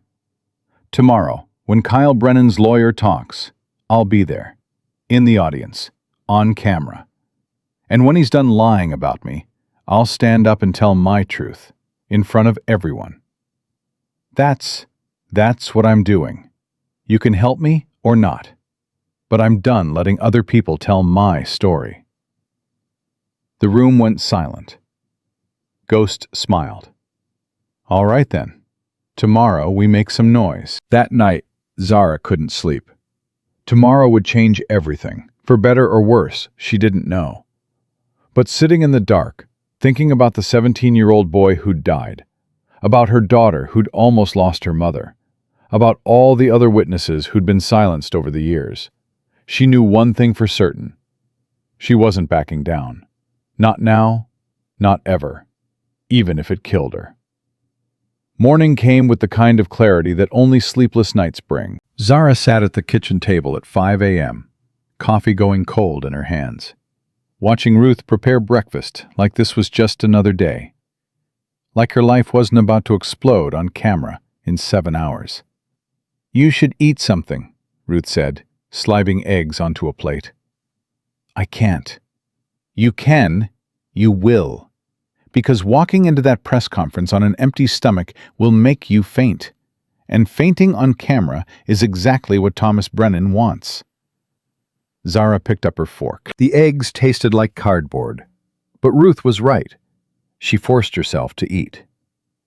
Amara appeared in the doorway, still in pajamas, hair wild. Mama, are you leaving? Not yet, baby. Come here. Amara climbed into her lap. I had a dream you went away and didn't come back. I'm coming back. I promise. You can't promise that. Bad things happen. 9 years old. Too young to have learned that lesson. But here they were. You're right. I can't promise. But I can tell you, I'm going to fight like hell to come back. And Mr. Ghost and Miss Ruth are going to make sure I do. What if they can't? Then you know what to do. You remember our plan? They'd made it 2 nights ago. If something happened to Zara, if she was arrested or worse, Amara would stay with Ruth. Ghost would become her legal guardian. Jamal would fight for custody. It wasn't perfect, but it was something. I remember, Amara whispered. Good girl. Ghost appeared at 7. We need to talk strategy. They gathered in the living room. Ghost, Jamal, Diesel, Doc, Prophet. All of them looking at Zara like she was about to walk into a war zone. Which she was. The press conference starts at noon, Jamal said. Kyle Brennan's lawyer, Richard Morrison, is smart. He's going to paint you as unreliable. Single mother, struggling financially, history of desperation. He'll say you're making this up for attention, maybe for money. I haven't asked for money. Doesn't matter. He'll imply it. He'll say you're unstable, that you've been brainwashed by a biker gang, that you're not credible.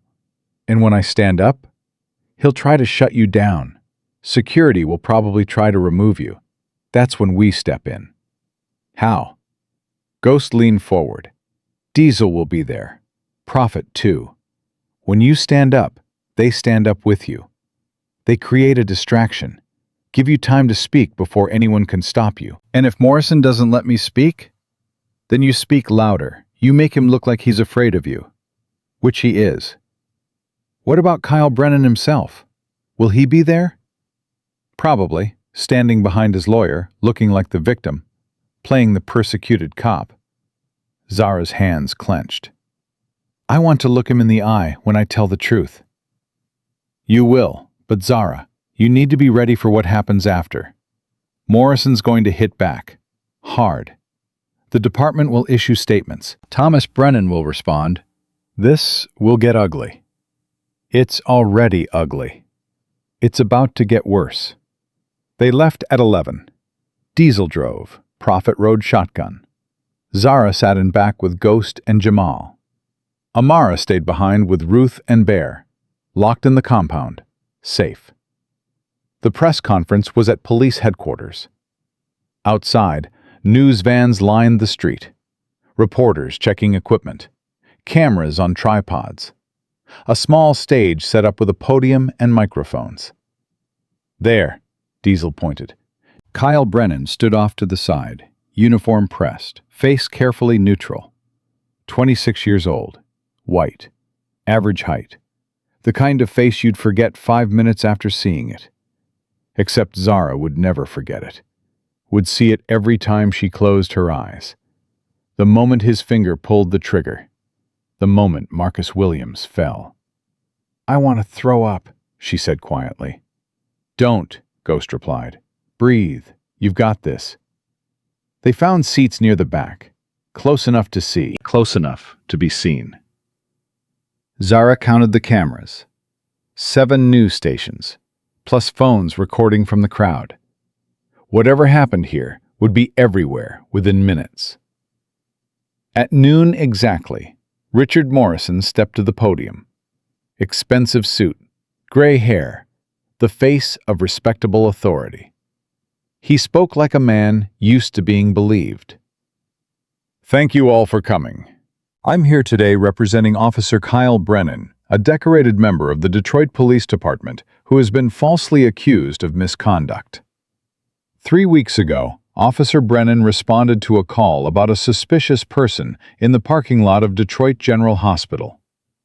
Upon arrival, he encountered Marcus Williams, who matched the description. Officer Brennan gave multiple commands. Mr. Williams reached for his waistband. Fearing for his life, Officer Brennan discharged his weapon once, striking Mr. Williams in the chest. This was a textbook defensive shooting. Zara's vision went red.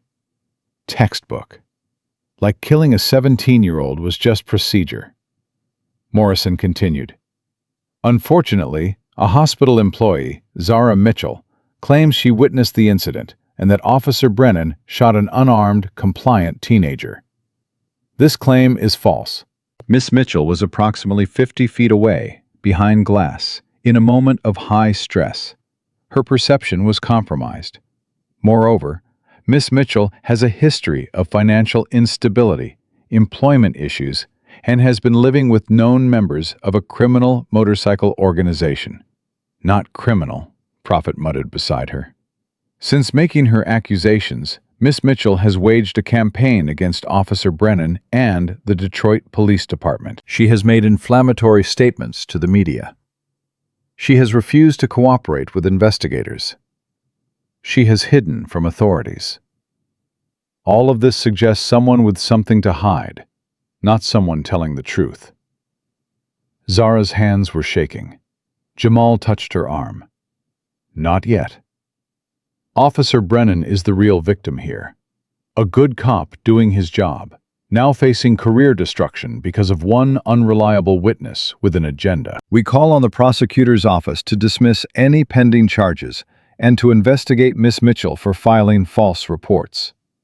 Morrison stepped back. Journalists shouted questions. He ignored them, turned to leave. Zara stood up. That's a lie. Every camera swung toward her. Morrison froze. Excuse me, ma'am, this press conference is... I'm Zara Mitchell, the unreliable witness you just spent 5 minutes destroying. And I'm telling you right now, in front of all these cameras, everything you just said is a lie. Security started moving toward her. Diesel stood up, blocking them. Prophet stood up on the other side. Suddenly, half the room was standing, creating chaos, giving Zara space. Marcus Williams had his hands up.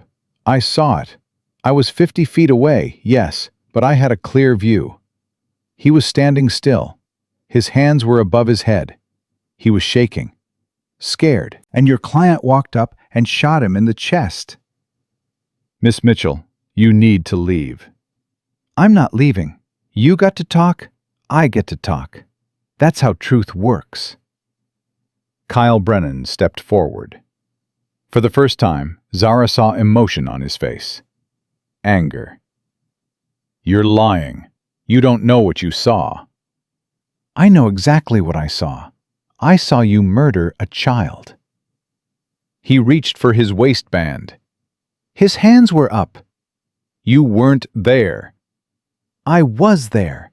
I watched you kill him. Morrison grabbed Kyle's arm, tried to pull him back. But Kyle shook him off, stepped closer to Zara. You think you're some hero? You're destroying my life for nothing. You destroyed that boy's life, his mother's life. You ended everything he could have been. He was a thug. He was 17. Cameras captured every second. The careful press conference dissolving into raw confrontation. You don't understand what it's like out there, Kyle's voice rose. Making split-second decisions, not knowing if someone's going to kill you. I did what I was trained to do. You were trained to kill unarmed teenagers? I was trained to protect myself. From what? From a scared kid who was following your commands? Morrison finally got between them. That's enough. Officer Brennan, we're leaving. No, Kyle shoved Morrison aside. I'm done letting her lie about me. I'm done being the bad guy when I did everything right. Jamal stood up. Officer Brennan, I'd suggest you stop talking. Everything you're saying is being recorded. I don't care. Let them record. Let everyone see I'm not the monster she's making me out to be. You shot an unarmed boy. Zara's voice broke. That makes you exactly the monster I'm making you out to be. Kyle stepped closer. Too close. Ghost moved between them. Back up, Ghost said quietly. Get out of my way. Not happening. Security finally broke through.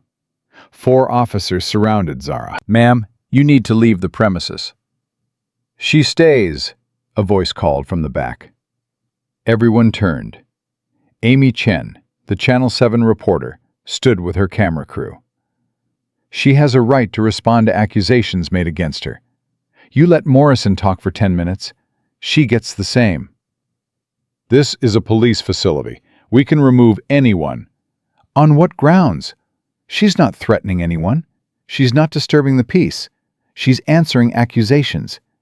You remove her, you look like you're censoring her. And that will be my lead story tonight.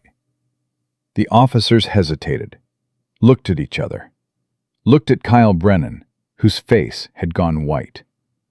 Morrison grabs Kyle again. We're leaving. Now. They left. The crowd erupted, questions flying from every direction. Miss Mitchell, do you stand by your statement? Yes. Do you fear retaliation? I've already faced retaliation. That's why I'm here. What do you say to people who think you're not credible? I say watch that footage you just recorded. Watch Kyle Brennan lose control. Watch him admit he shot Marcus Williams. Then ask yourself, who's credible? Amy Chen pushed through. Zara, we need to talk. Off camera. Now. She pulled Zara aside. Ghost followed. What is it?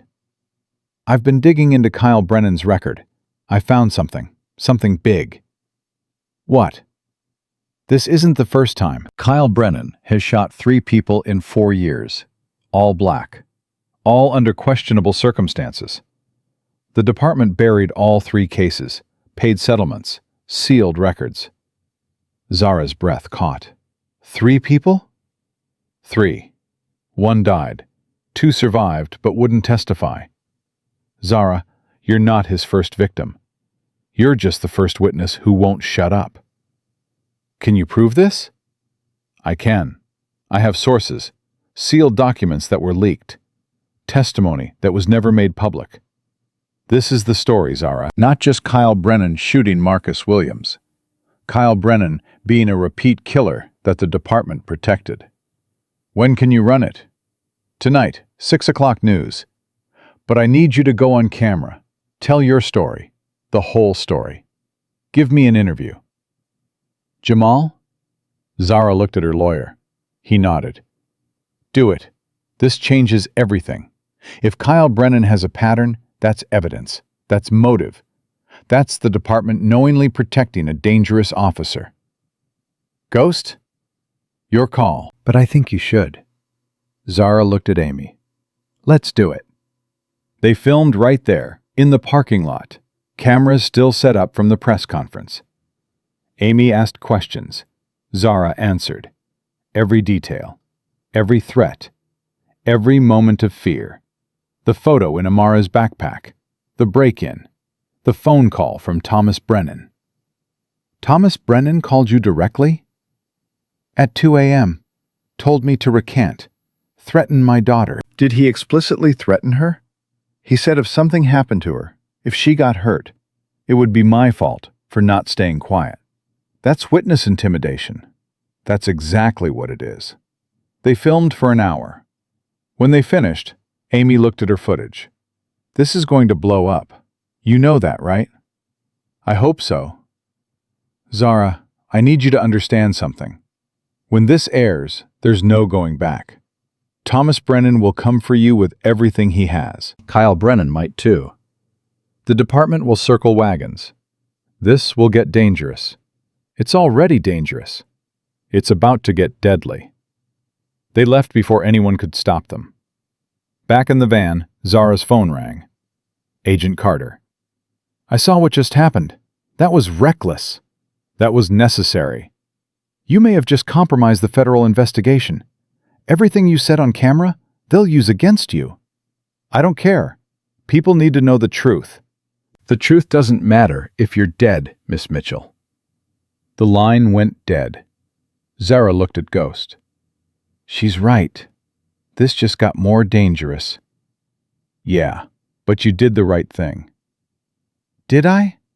Or did I just paint a bigger target on my daughter? You showed people Kyle Brennan is guilty. You showed them the department is protecting him. That's bigger than one case. That's exposing a system. They got back to the compound at 3. Ruth met them at the door. Amara saw the news. Channel 7 broke into regular programming. She saw you confront Kyle Brennan. Is she okay? She's proud. Said her mama's a superhero. Zara's eyes filled with tears. She shouldn't have to see this. She's 9 years old in 2024. She's going to see violence whether we want her to or not. At least this way, she sees her mother fighting back. Amara ran down the stairs. Mama, I saw you on TV. You made the bad cop look scared. Baby, you shouldn't have. Miss Ruth let me watch. She said it was important. She said you were making history. I'm not making history. I'm just telling the truth. That's what makes history, Mama. People telling the truth when everyone else is lying. Doc appeared from the kitchen. We need to talk. I got a call from my contact at the hospital. They're escalating the drug theft charges. DEA is issuing a warrant. When? Could be tonight, could be tomorrow. But when they come, they'll arrest you. On what evidence? The fabricated records. Doesn't matter if they're fake. They look real enough for a warrant. Jamal pulled out his phone. I'll call the expert. See if he can fast-track the analysis. Prove the records are fraudulent before they arrest you. How long will that take? Best case, 48 hours. And if they arrest me before then? Then you sit in jail until we can prove your innocence, which means Amara goes to CPS, which means Thomas Brennan wins. Not acceptable. I agree, but we might not have a choice. Prophet's phone buzzed. He looked at it, frowned. Ghost, we've got movement. 3 cars just pulled onto the block. Not circling, parking. Everyone moved at once. Ghost to the windows, Diesel to the door. Bear appeared from upstairs with something Zara couldn't quite see. Prophet positioned himself near the back exit. How many people? Ghost asked. At least 9, could be more. Cops? Can't tell. Plain clothes, but moving like they're trained. Federal? Maybe, or Brennan's people. Zara felt her stomach drop. They're coming for me. We don't know that. A knock at the door. Hard. Official. Ghost looked through the peephole. Federal agents. DEA. They're executing the warrant, Jamal said. Right now. Can we refuse? Not if they have a warrant. Another knock. Louder. Zara Mitchell, this is the DEA. We have a warrant for your arrest. Open the door. Ghost looked at Zara. Your call. We can stall, but eventually they'll come in. And if you fight them, then we all go to jail, not just you. Zara looked around the room, at these people who'd become her family, who'd risked everything. She couldn't let them go down with her. Open the door. Zara, open it. I'm not letting anyone else get hurt because of me. Ghost opened the door. 6 agents flooded in. Body armor, weapons drawn, moving like they expected resistance. Zara Mitchell? That's me. You're under arrest for theft of controlled substances. You have the right to remain silent. They cuffed her, right there in front of everyone. Amara screamed. Ruth grabbed her, held her back. Mama! Mama, no! It's okay, baby. Mr. Jamal is going to fix this. I'll be home soon. You won't! They're taking you! I'll come back. I promise. They led her outside. News cameras were already there. How did they know? Someone tipped them off. Someone wanted this arrest on camera. Amy Chen pushed forward. Agent, can you comment on? No comment. Step back. They put Zara in a federal van. She looked back at the compound, saw Amara in the window, crying. Saw Ghost on the porch, face dark with fury. Saw her whole world disappearing. The van drove away. At the federal building, they processed her. Fingerprints, photos, medical check. Questions she didn't answer because Jamal told her not to. They put her in a holding cell. Concrete, metal bench, 1 toilet. One other woman sleeping in the corner. Zara sat down and realized she was shaking. Not from fear, from rage. They'd waited until after the press conference, waited until she'd spoken out, then arrested her, making her look guilty, making her look like everything Morrison said was true. The door opened. An agent entered. Different from the ones who'd arrested her. Older, female, stern expression. "Miss Mitchell, I'm Special Agent Sandra Reeves, DEA. I have some questions." My lawyer said, "Your lawyer's not here, and you're facing federal charges. 25 counts of controlled substance theft. That's 25 years minimum. So I'd suggest you talk to me." "I didn't steal anything." "Then explain how your electronic signature is on 50 dispensation logs for non-existent patients." "I can't, because I didn't do it." "Someone did, using your credentials, your access codes, your biometric signatures." "Then someone stole my credentials." "Biometric signatures can't be stolen. They're your thumbprint, your retinal scan. Unless you're saying someone cut off your thumb and removed your eye, those records are yours." Zara's mind raced. Biometric signatures. The hospital had installed the system 2 years ago. Advanced security. Impossible to fake. Unless... When were these logs created? What dates? Reeves checked her file. "Various dates over the last 6 months. Most recent was 2 weeks ago." "I haven't worked at the hospital in 3 weeks. I was suspended, then fired. How could I have created logs 2 weeks ago if I haven't been there?" Reeves paused. "Your employment was terminated 3 weeks ago?" "Yes, my lawyer has the documentation." "But these records show you accessed the system 2 weeks ago, after you were terminated. Which proves they're fake. I couldn't have accessed a system I no longer had credentials for." Reeves was quiet for a long moment. "I need to make a phone call." She left. Zara sat in the cell and felt something shift. The DEA agent had seen the problem, had seen the timeline didn't work. Maybe this could be fixed. Maybe... The door opened again. Not Reeves. Another agent. Male. Younger. Harder eyes.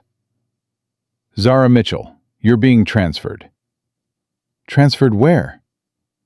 "Detroit County Jail. Judge denied bail. You're being held pending trial."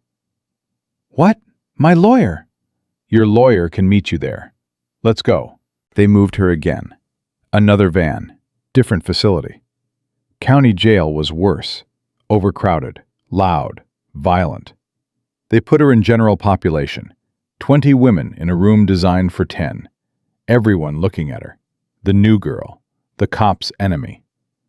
A woman approached. Older. Hard face. Prison tattoos. "You're the one on TV. The one calling out that cop." "Yeah." "That took guts. Respect." She turned to the room. "Anyone touches her answers to me. Understood?" Murmurs of agreement. The woman extended her hand. "Name's Maria. Did 8 years for drugs I didn't sell. Got out, violated parole. Back in. That's how it works." "I'm Zara." "I know who you are. Everyone knows. You're famous now. Whether that's good or bad remains to be seen." Hours passed. No Jamal. No phone call. No information. Zara sat on a bunk and watched the light fade outside the barred windows. Somewhere out there, Amara was crying. Somewhere, Thomas Brennan was celebrating. Somewhere, Kyle Brennan was sleeping soundly. And Zara was in jail for a crime she didn't commit. Around midnight, a guard appeared. "Mitchell, you've got a visitor." She followed him to a small room. Jamal sat on the other side of a plexiglass partition. "Are you okay?" "No. What happened? Why was bail denied?"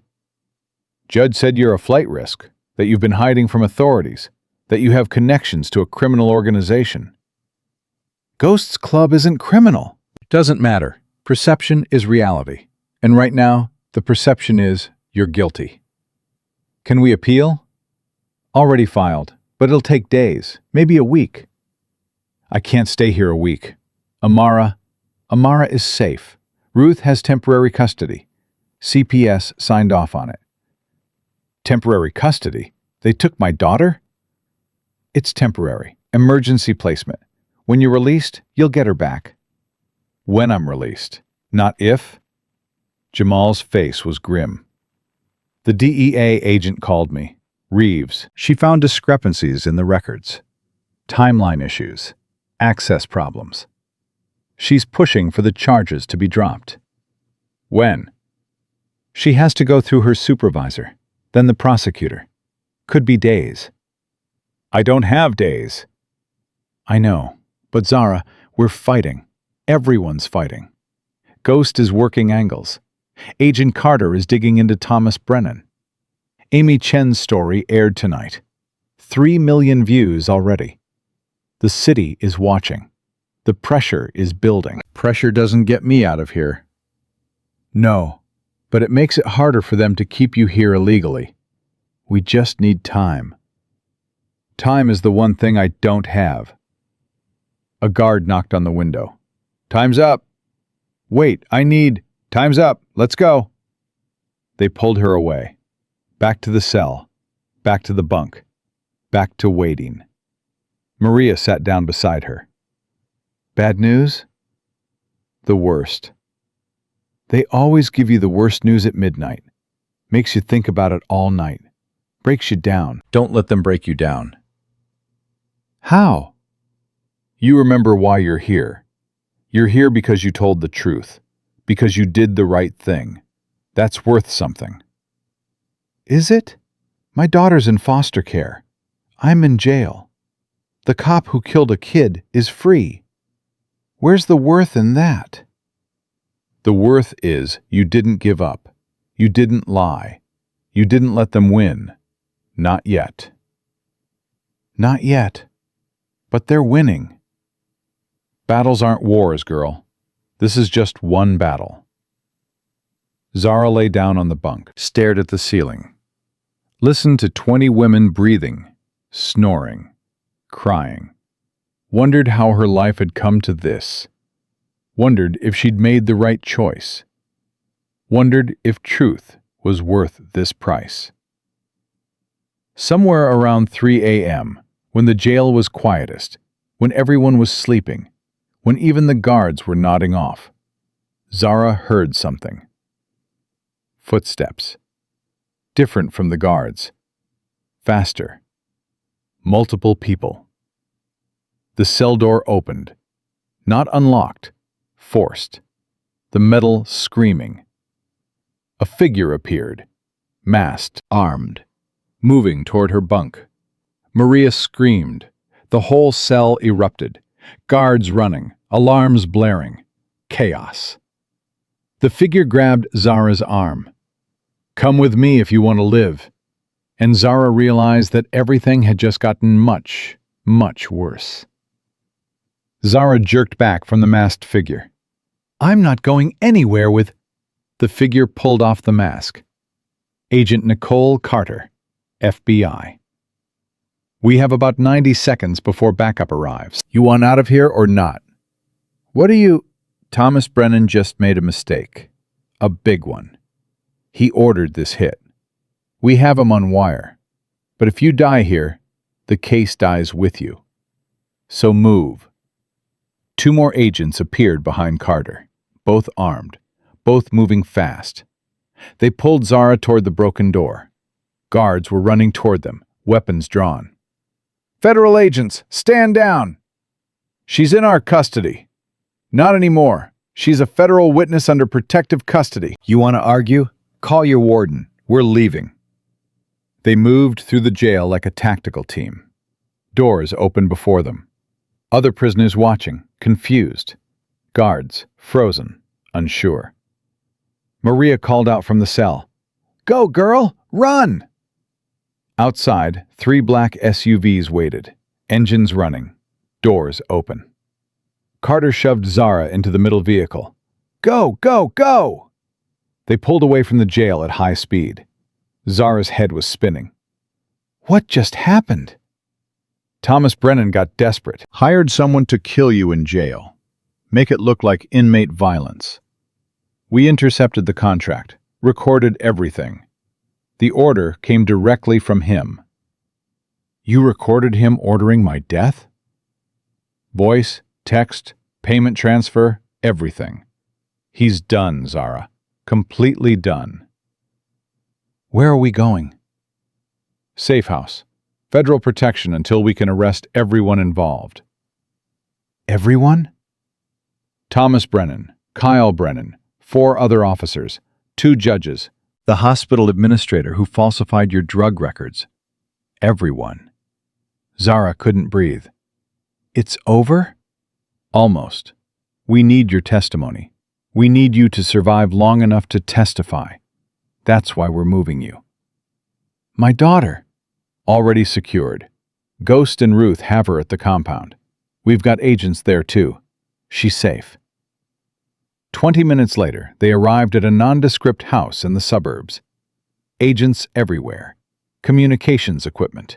Monitors showing multiple locations. A command center. Agent Reeves was there, the DEA agent from earlier. Miss Mitchell, I owe you an apology. The drug charges were fabricated. Hospital administrator admitted it an hour ago. He was paid $50,000 by Thomas Brennan to create false records. He confessed? Once we told him he was facing federal conspiracy charges, he sang like a bird. Gave us everything. Bank transfers, emails, recorded conversations. Thomas Brennan's entire operation is falling apart. Carter led Zara to a room with monitors. We're executing arrest warrants right now. Watch. The screens showed different locations simultaneously. Thomas Brennan's house, Kyle Brennan's apartment, police union headquarters, hospital, all of them being raided at once. On screen 1, Thomas Brennan answered his door. Shock, rage, handcuffs, being read his rights. On screen 2, Kyle Brennan tried to run. Agents tackled him. 3 of them.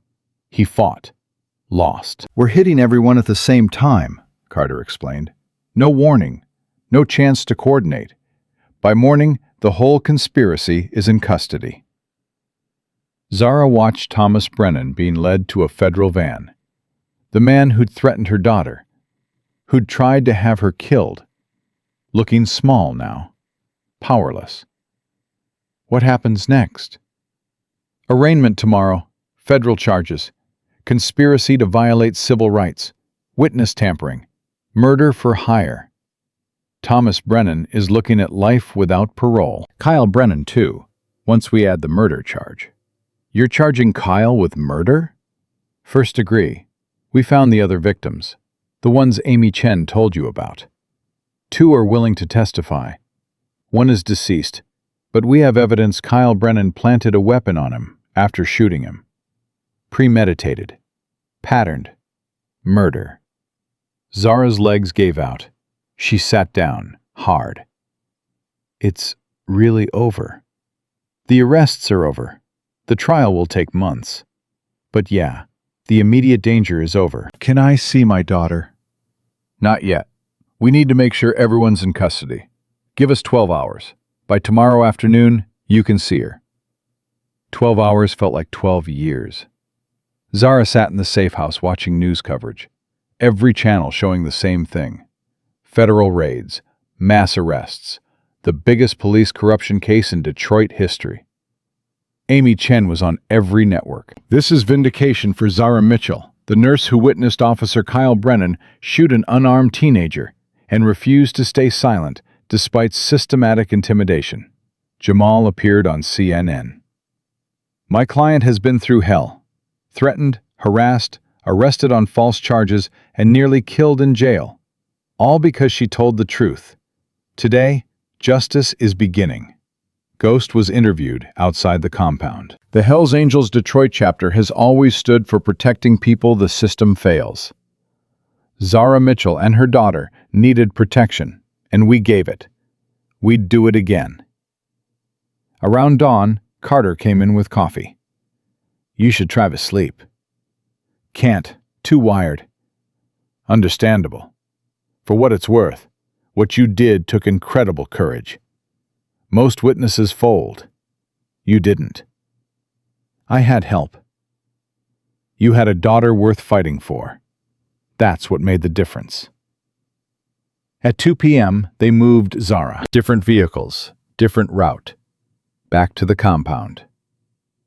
Federal agents cleared it first, checked every room, swept for threats. Finally, they let her inside. Amara was sitting with Ruth, coloring. She looked up, saw Zara, and the crayon fell from her hand. "Mama?" "I'm here, baby. I'm here." Amara ran, crashed into her, arms wrapped tight, sobbing. "They said you were coming back, but I didn't believe them. I thought you were gone forever." "I'm not gone. I'm right here, "And I'm never leaving you again." Promise?" "Promise. Team Sullivan doesn't break." "Team Sullivan doesn't break." They held each other while federal agents secured the perimeter, while Ghost coordinated with the FBI, while the world outside kept spinning. None of it mattered. Amara was in her arms, safe, whole, theirs. Ruth brought tea. "You did good, Zara. You saved that boy's memory. You saved future victims. You saved yourself." "I couldn't have done it without all of you." "That's what family does. We save each other." Ghost appeared in the doorway. "Zara, you've got visitors." She tensed. "Who?" "People you need to meet." She went to the living room. 3 people waited. All black, all older, all looking at her with expressions she couldn't quite read. "I'm Regina Williams," the woman said. "Marcus's mother." Zara's breath caught. The boy, the teenager Kyle Brennan had killed. His mother was here. "I don't know what to say." "You don't have to say anything. I came to say thank you. For not forgetting my baby. For not letting them make his death disappear." "I couldn't forget. I saw his face. I saw what they did." "Most people look away. You didn't. You fought. And now my son's killer is going to prison. That doesn't bring Marcus back, but it means something. It means his life mattered." The man beside Regina spoke. "I'm James Patterson. Kyle Brennan shot my son in 2019. Claims self-defense. The department covered it up. My son survived, but he's paralyzed. When I tried to fight, Thomas Brennan threatened my family. I backed down. I've regretted it every day since." The third person, another woman. "I'm Carol Hughes.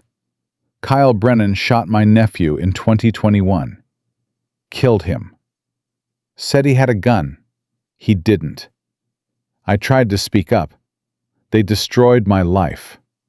I lost my job, lost my house. I gave up. Until I saw you on TV, saw you refuse to give up. It gave me courage to come forward." "You're the witnesses," Zara said. "The ones testifying against Kyle." "We are, because you showed us it was possible. You showed us they could be stopped." Regina took Zara's hands. "My son was 17 years old, honor student, church kid, wanted to be a doctor. He had his whole life ahead of him. And the cop took it because he was scared of a black teenager standing in a parking lot. That should never happen. It should never be okay. And because of you, it won't be. Not anymore." I just told the truth. The truth is the hardest thing to tell, especially when powerful people want you silent. You told it anyway. That makes you a hero. I'm not a hero. I'm just a mother trying to protect her daughter. That's what heroes are. People who do the right thing even when it costs them everything. They stayed for an hour, shared stories, cried together, found something like healing in shared pain. When they left, Zara felt different, lighter, like she'd been carrying weight she hadn't known was there. The trial started 3 months later. Federal courthouse, maximum security, media circus outside. Inside, quiet, professional. The machinery of justice grinding forward. Kyle Brennan sat at the defense table. Orange jumpsuit, shackles, looking nothing like the confident cop from the press conference. He looked broken, small, defeated. Thomas Brennan sat at a different table. Same jumpsuit, same shackles, same expression. His empire destroyed, his power gone. Just an old man facing consequences. Zara testified for 2 days.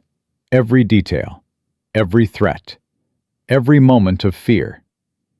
The jury listened, silent, attentive. Several cried when she described the photo in Amara's backpack. Regina Williams testified, broke down describing her son's funeral, how she'd had to bury a child, how Kyle Brennan had never apologized, never acknowledged what he'd taken. James Patterson testified. His son testified. From a wheelchair, describing what it's like to be paralyzed at 23, to have your whole life changed by one bullet. Carol Hughes testified, described losing everything, described the men who'd come to her house, the threats, the fear.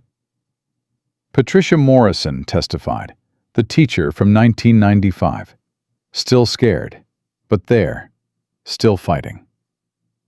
The evidence was overwhelming. Recordings, documents, bank transfers, testimony from the hospital administrator, from other officers who'd finally found courage to speak, from judges who'd been bribed, from prosecutors who'd been pressured. The defense had nothing. No witnesses, no evidence. Just lawyers trying to make reasonable doubt where none existed. The jury deliberated for 4 hours. Guilty on all counts. Both Brennans. Kyle Brennan, first-degree murder, 3 counts. Life without parole. Thomas Brennan, conspiracy, witness tampering, bribery, attempted murder. 45 years. He was 72. He'd die in prison. The courtroom erupted. Regina Williams collapsed, sobbing. James Patterson raised his fist. Carol Hughes hugged everyone near her. Zara sat quietly. Watching Kyle Brennan realize his life was over. Watching Thomas Brennan's face go gray. Feeling nothing. No satisfaction. No joy.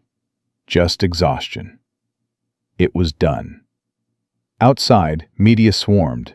Zara stood at a microphone, Amara beside her, Ghost and the Hells Angels behind her. Justice doesn't bring Marcus Williams back. It doesn't heal James Patterson's son. It doesn't undo Carol Hughes's trauma. But it does something. It says their lives mattered. It says the truth matters. It says one person standing up can make a difference. What's next for you, Miss Mitchell? I'm going back to nursing, but I'm also working with civil rights organizations to protect witnesses, to make sure the next person who sees something wrong has support, has protection, has a way to tell the truth without losing everything. And the Hells Angels, will you continue working with them? Ghost stepped forward. Zara Mitchell is family now. She and Amara are under our protection for as long as they need it. We don't abandon family. Some people say motorcycle clubs are dangerous. Some people said Zara was lying. Some people are wrong. Judge us by our actions, not our appearance. 6 months after the trial, Zara stood outside a new building, renovated brownstone. Sign above the door, Williams Witness Protection Center, named after Marcus. Funded by the settlement from the city. Run by Zara, Ghost, Ruth, and a team of lawyers, therapists, and advocates. First day, Ruth said. You nervous? Terrified. Good. Means you care. They opened the doors. People filed in. Witnesses from cases across Michigan. People who'd seen police misconduct, corporate fraud, domestic violence, criminal activity. All of them afraid to speak. All of them needing support. Zara addressed them. I know why you're here. You saw something wrong. You want to do something about it. But you're scared. Scared of retaliation. Scared of losing your job, your home, your family. I understand. I felt all of that. But I also learned something. You're not alone. We're here. We're going to help you tell your truth. We're going to protect you while you do it. And we're going to make sure the people who hurt you face consequences. Amara sat in the corner, now 10 years old, helping organize files. Still had nightmares sometimes. Still saw a therapist. But stronger now. Confident. Understanding what her mother had fought for. After the meeting, Ghost found Zara in the office. You did good today. We'll see. Talk is easy. Helping people is hard. You'll help them. Because you've been there. You know what they need. I couldn't have survived without you. Without the club. I need you to know that. We know. That's why we're still here. That's why we're always going to be here. Ruth appeared with a folder. You need to see this. Application for protection. Woman in Flint. Witnessed an officer planting drugs. Being threatened. Zara opened the folder, read the details, felt the familiar weight of responsibility. Another person needing help. Another fight ahead. Schedule her for intake tomorrow. Let's see what we can do. The work never stopped. Every week brought new witnesses, new cases, new fights. But Zara wasn't scared anymore. Wasn't alone. Had a whole team. Had the Hells Angels. Had Amara reminding her why it mattered. 1 year after the trial, they held a memorial for Marcus Williams. Park dedication. Statue of a teenager with his hands raised. Regina Williams unveiled it, tears streaming. My baby's life mattered. And because of people like Zara, because of the Hells Angels, because of everyone who fought, the world knows it. That's all a mother can ask for. Amara placed flowers at the base of the statue. I never met Marcus, but I know what it's like to be scared. I know what it's like when bad people try to hurt you. I'm sorry he didn't get to grow up, but I promise we won't forget him. Regina hugged Amara. Two people connected by tragedy, finding something like hope in each other. That night, back at the compound, Zara sat on the porch with Ghost. Same place they'd talked a year ago, when everything was falling apart, when she'd had nothing but fear and determination. You ever regret it? Ghost asked. Fighting back? Everything you went through? Every day. And never. Does that make sense? Perfect sense. I regret that Amara had to see violence, had to be scared, had to learn the world is cruel. But I don't regret teaching her to fight back, to stand up, to not accept injustice as normal. She's going to do great things.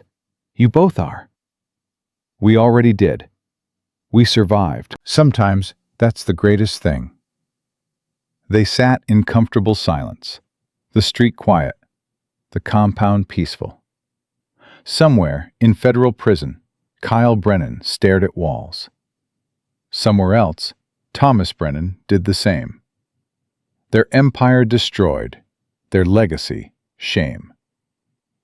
But here, in this place, family gathered. The Hells Angels and the people they'd protected. Found family. Chosen family.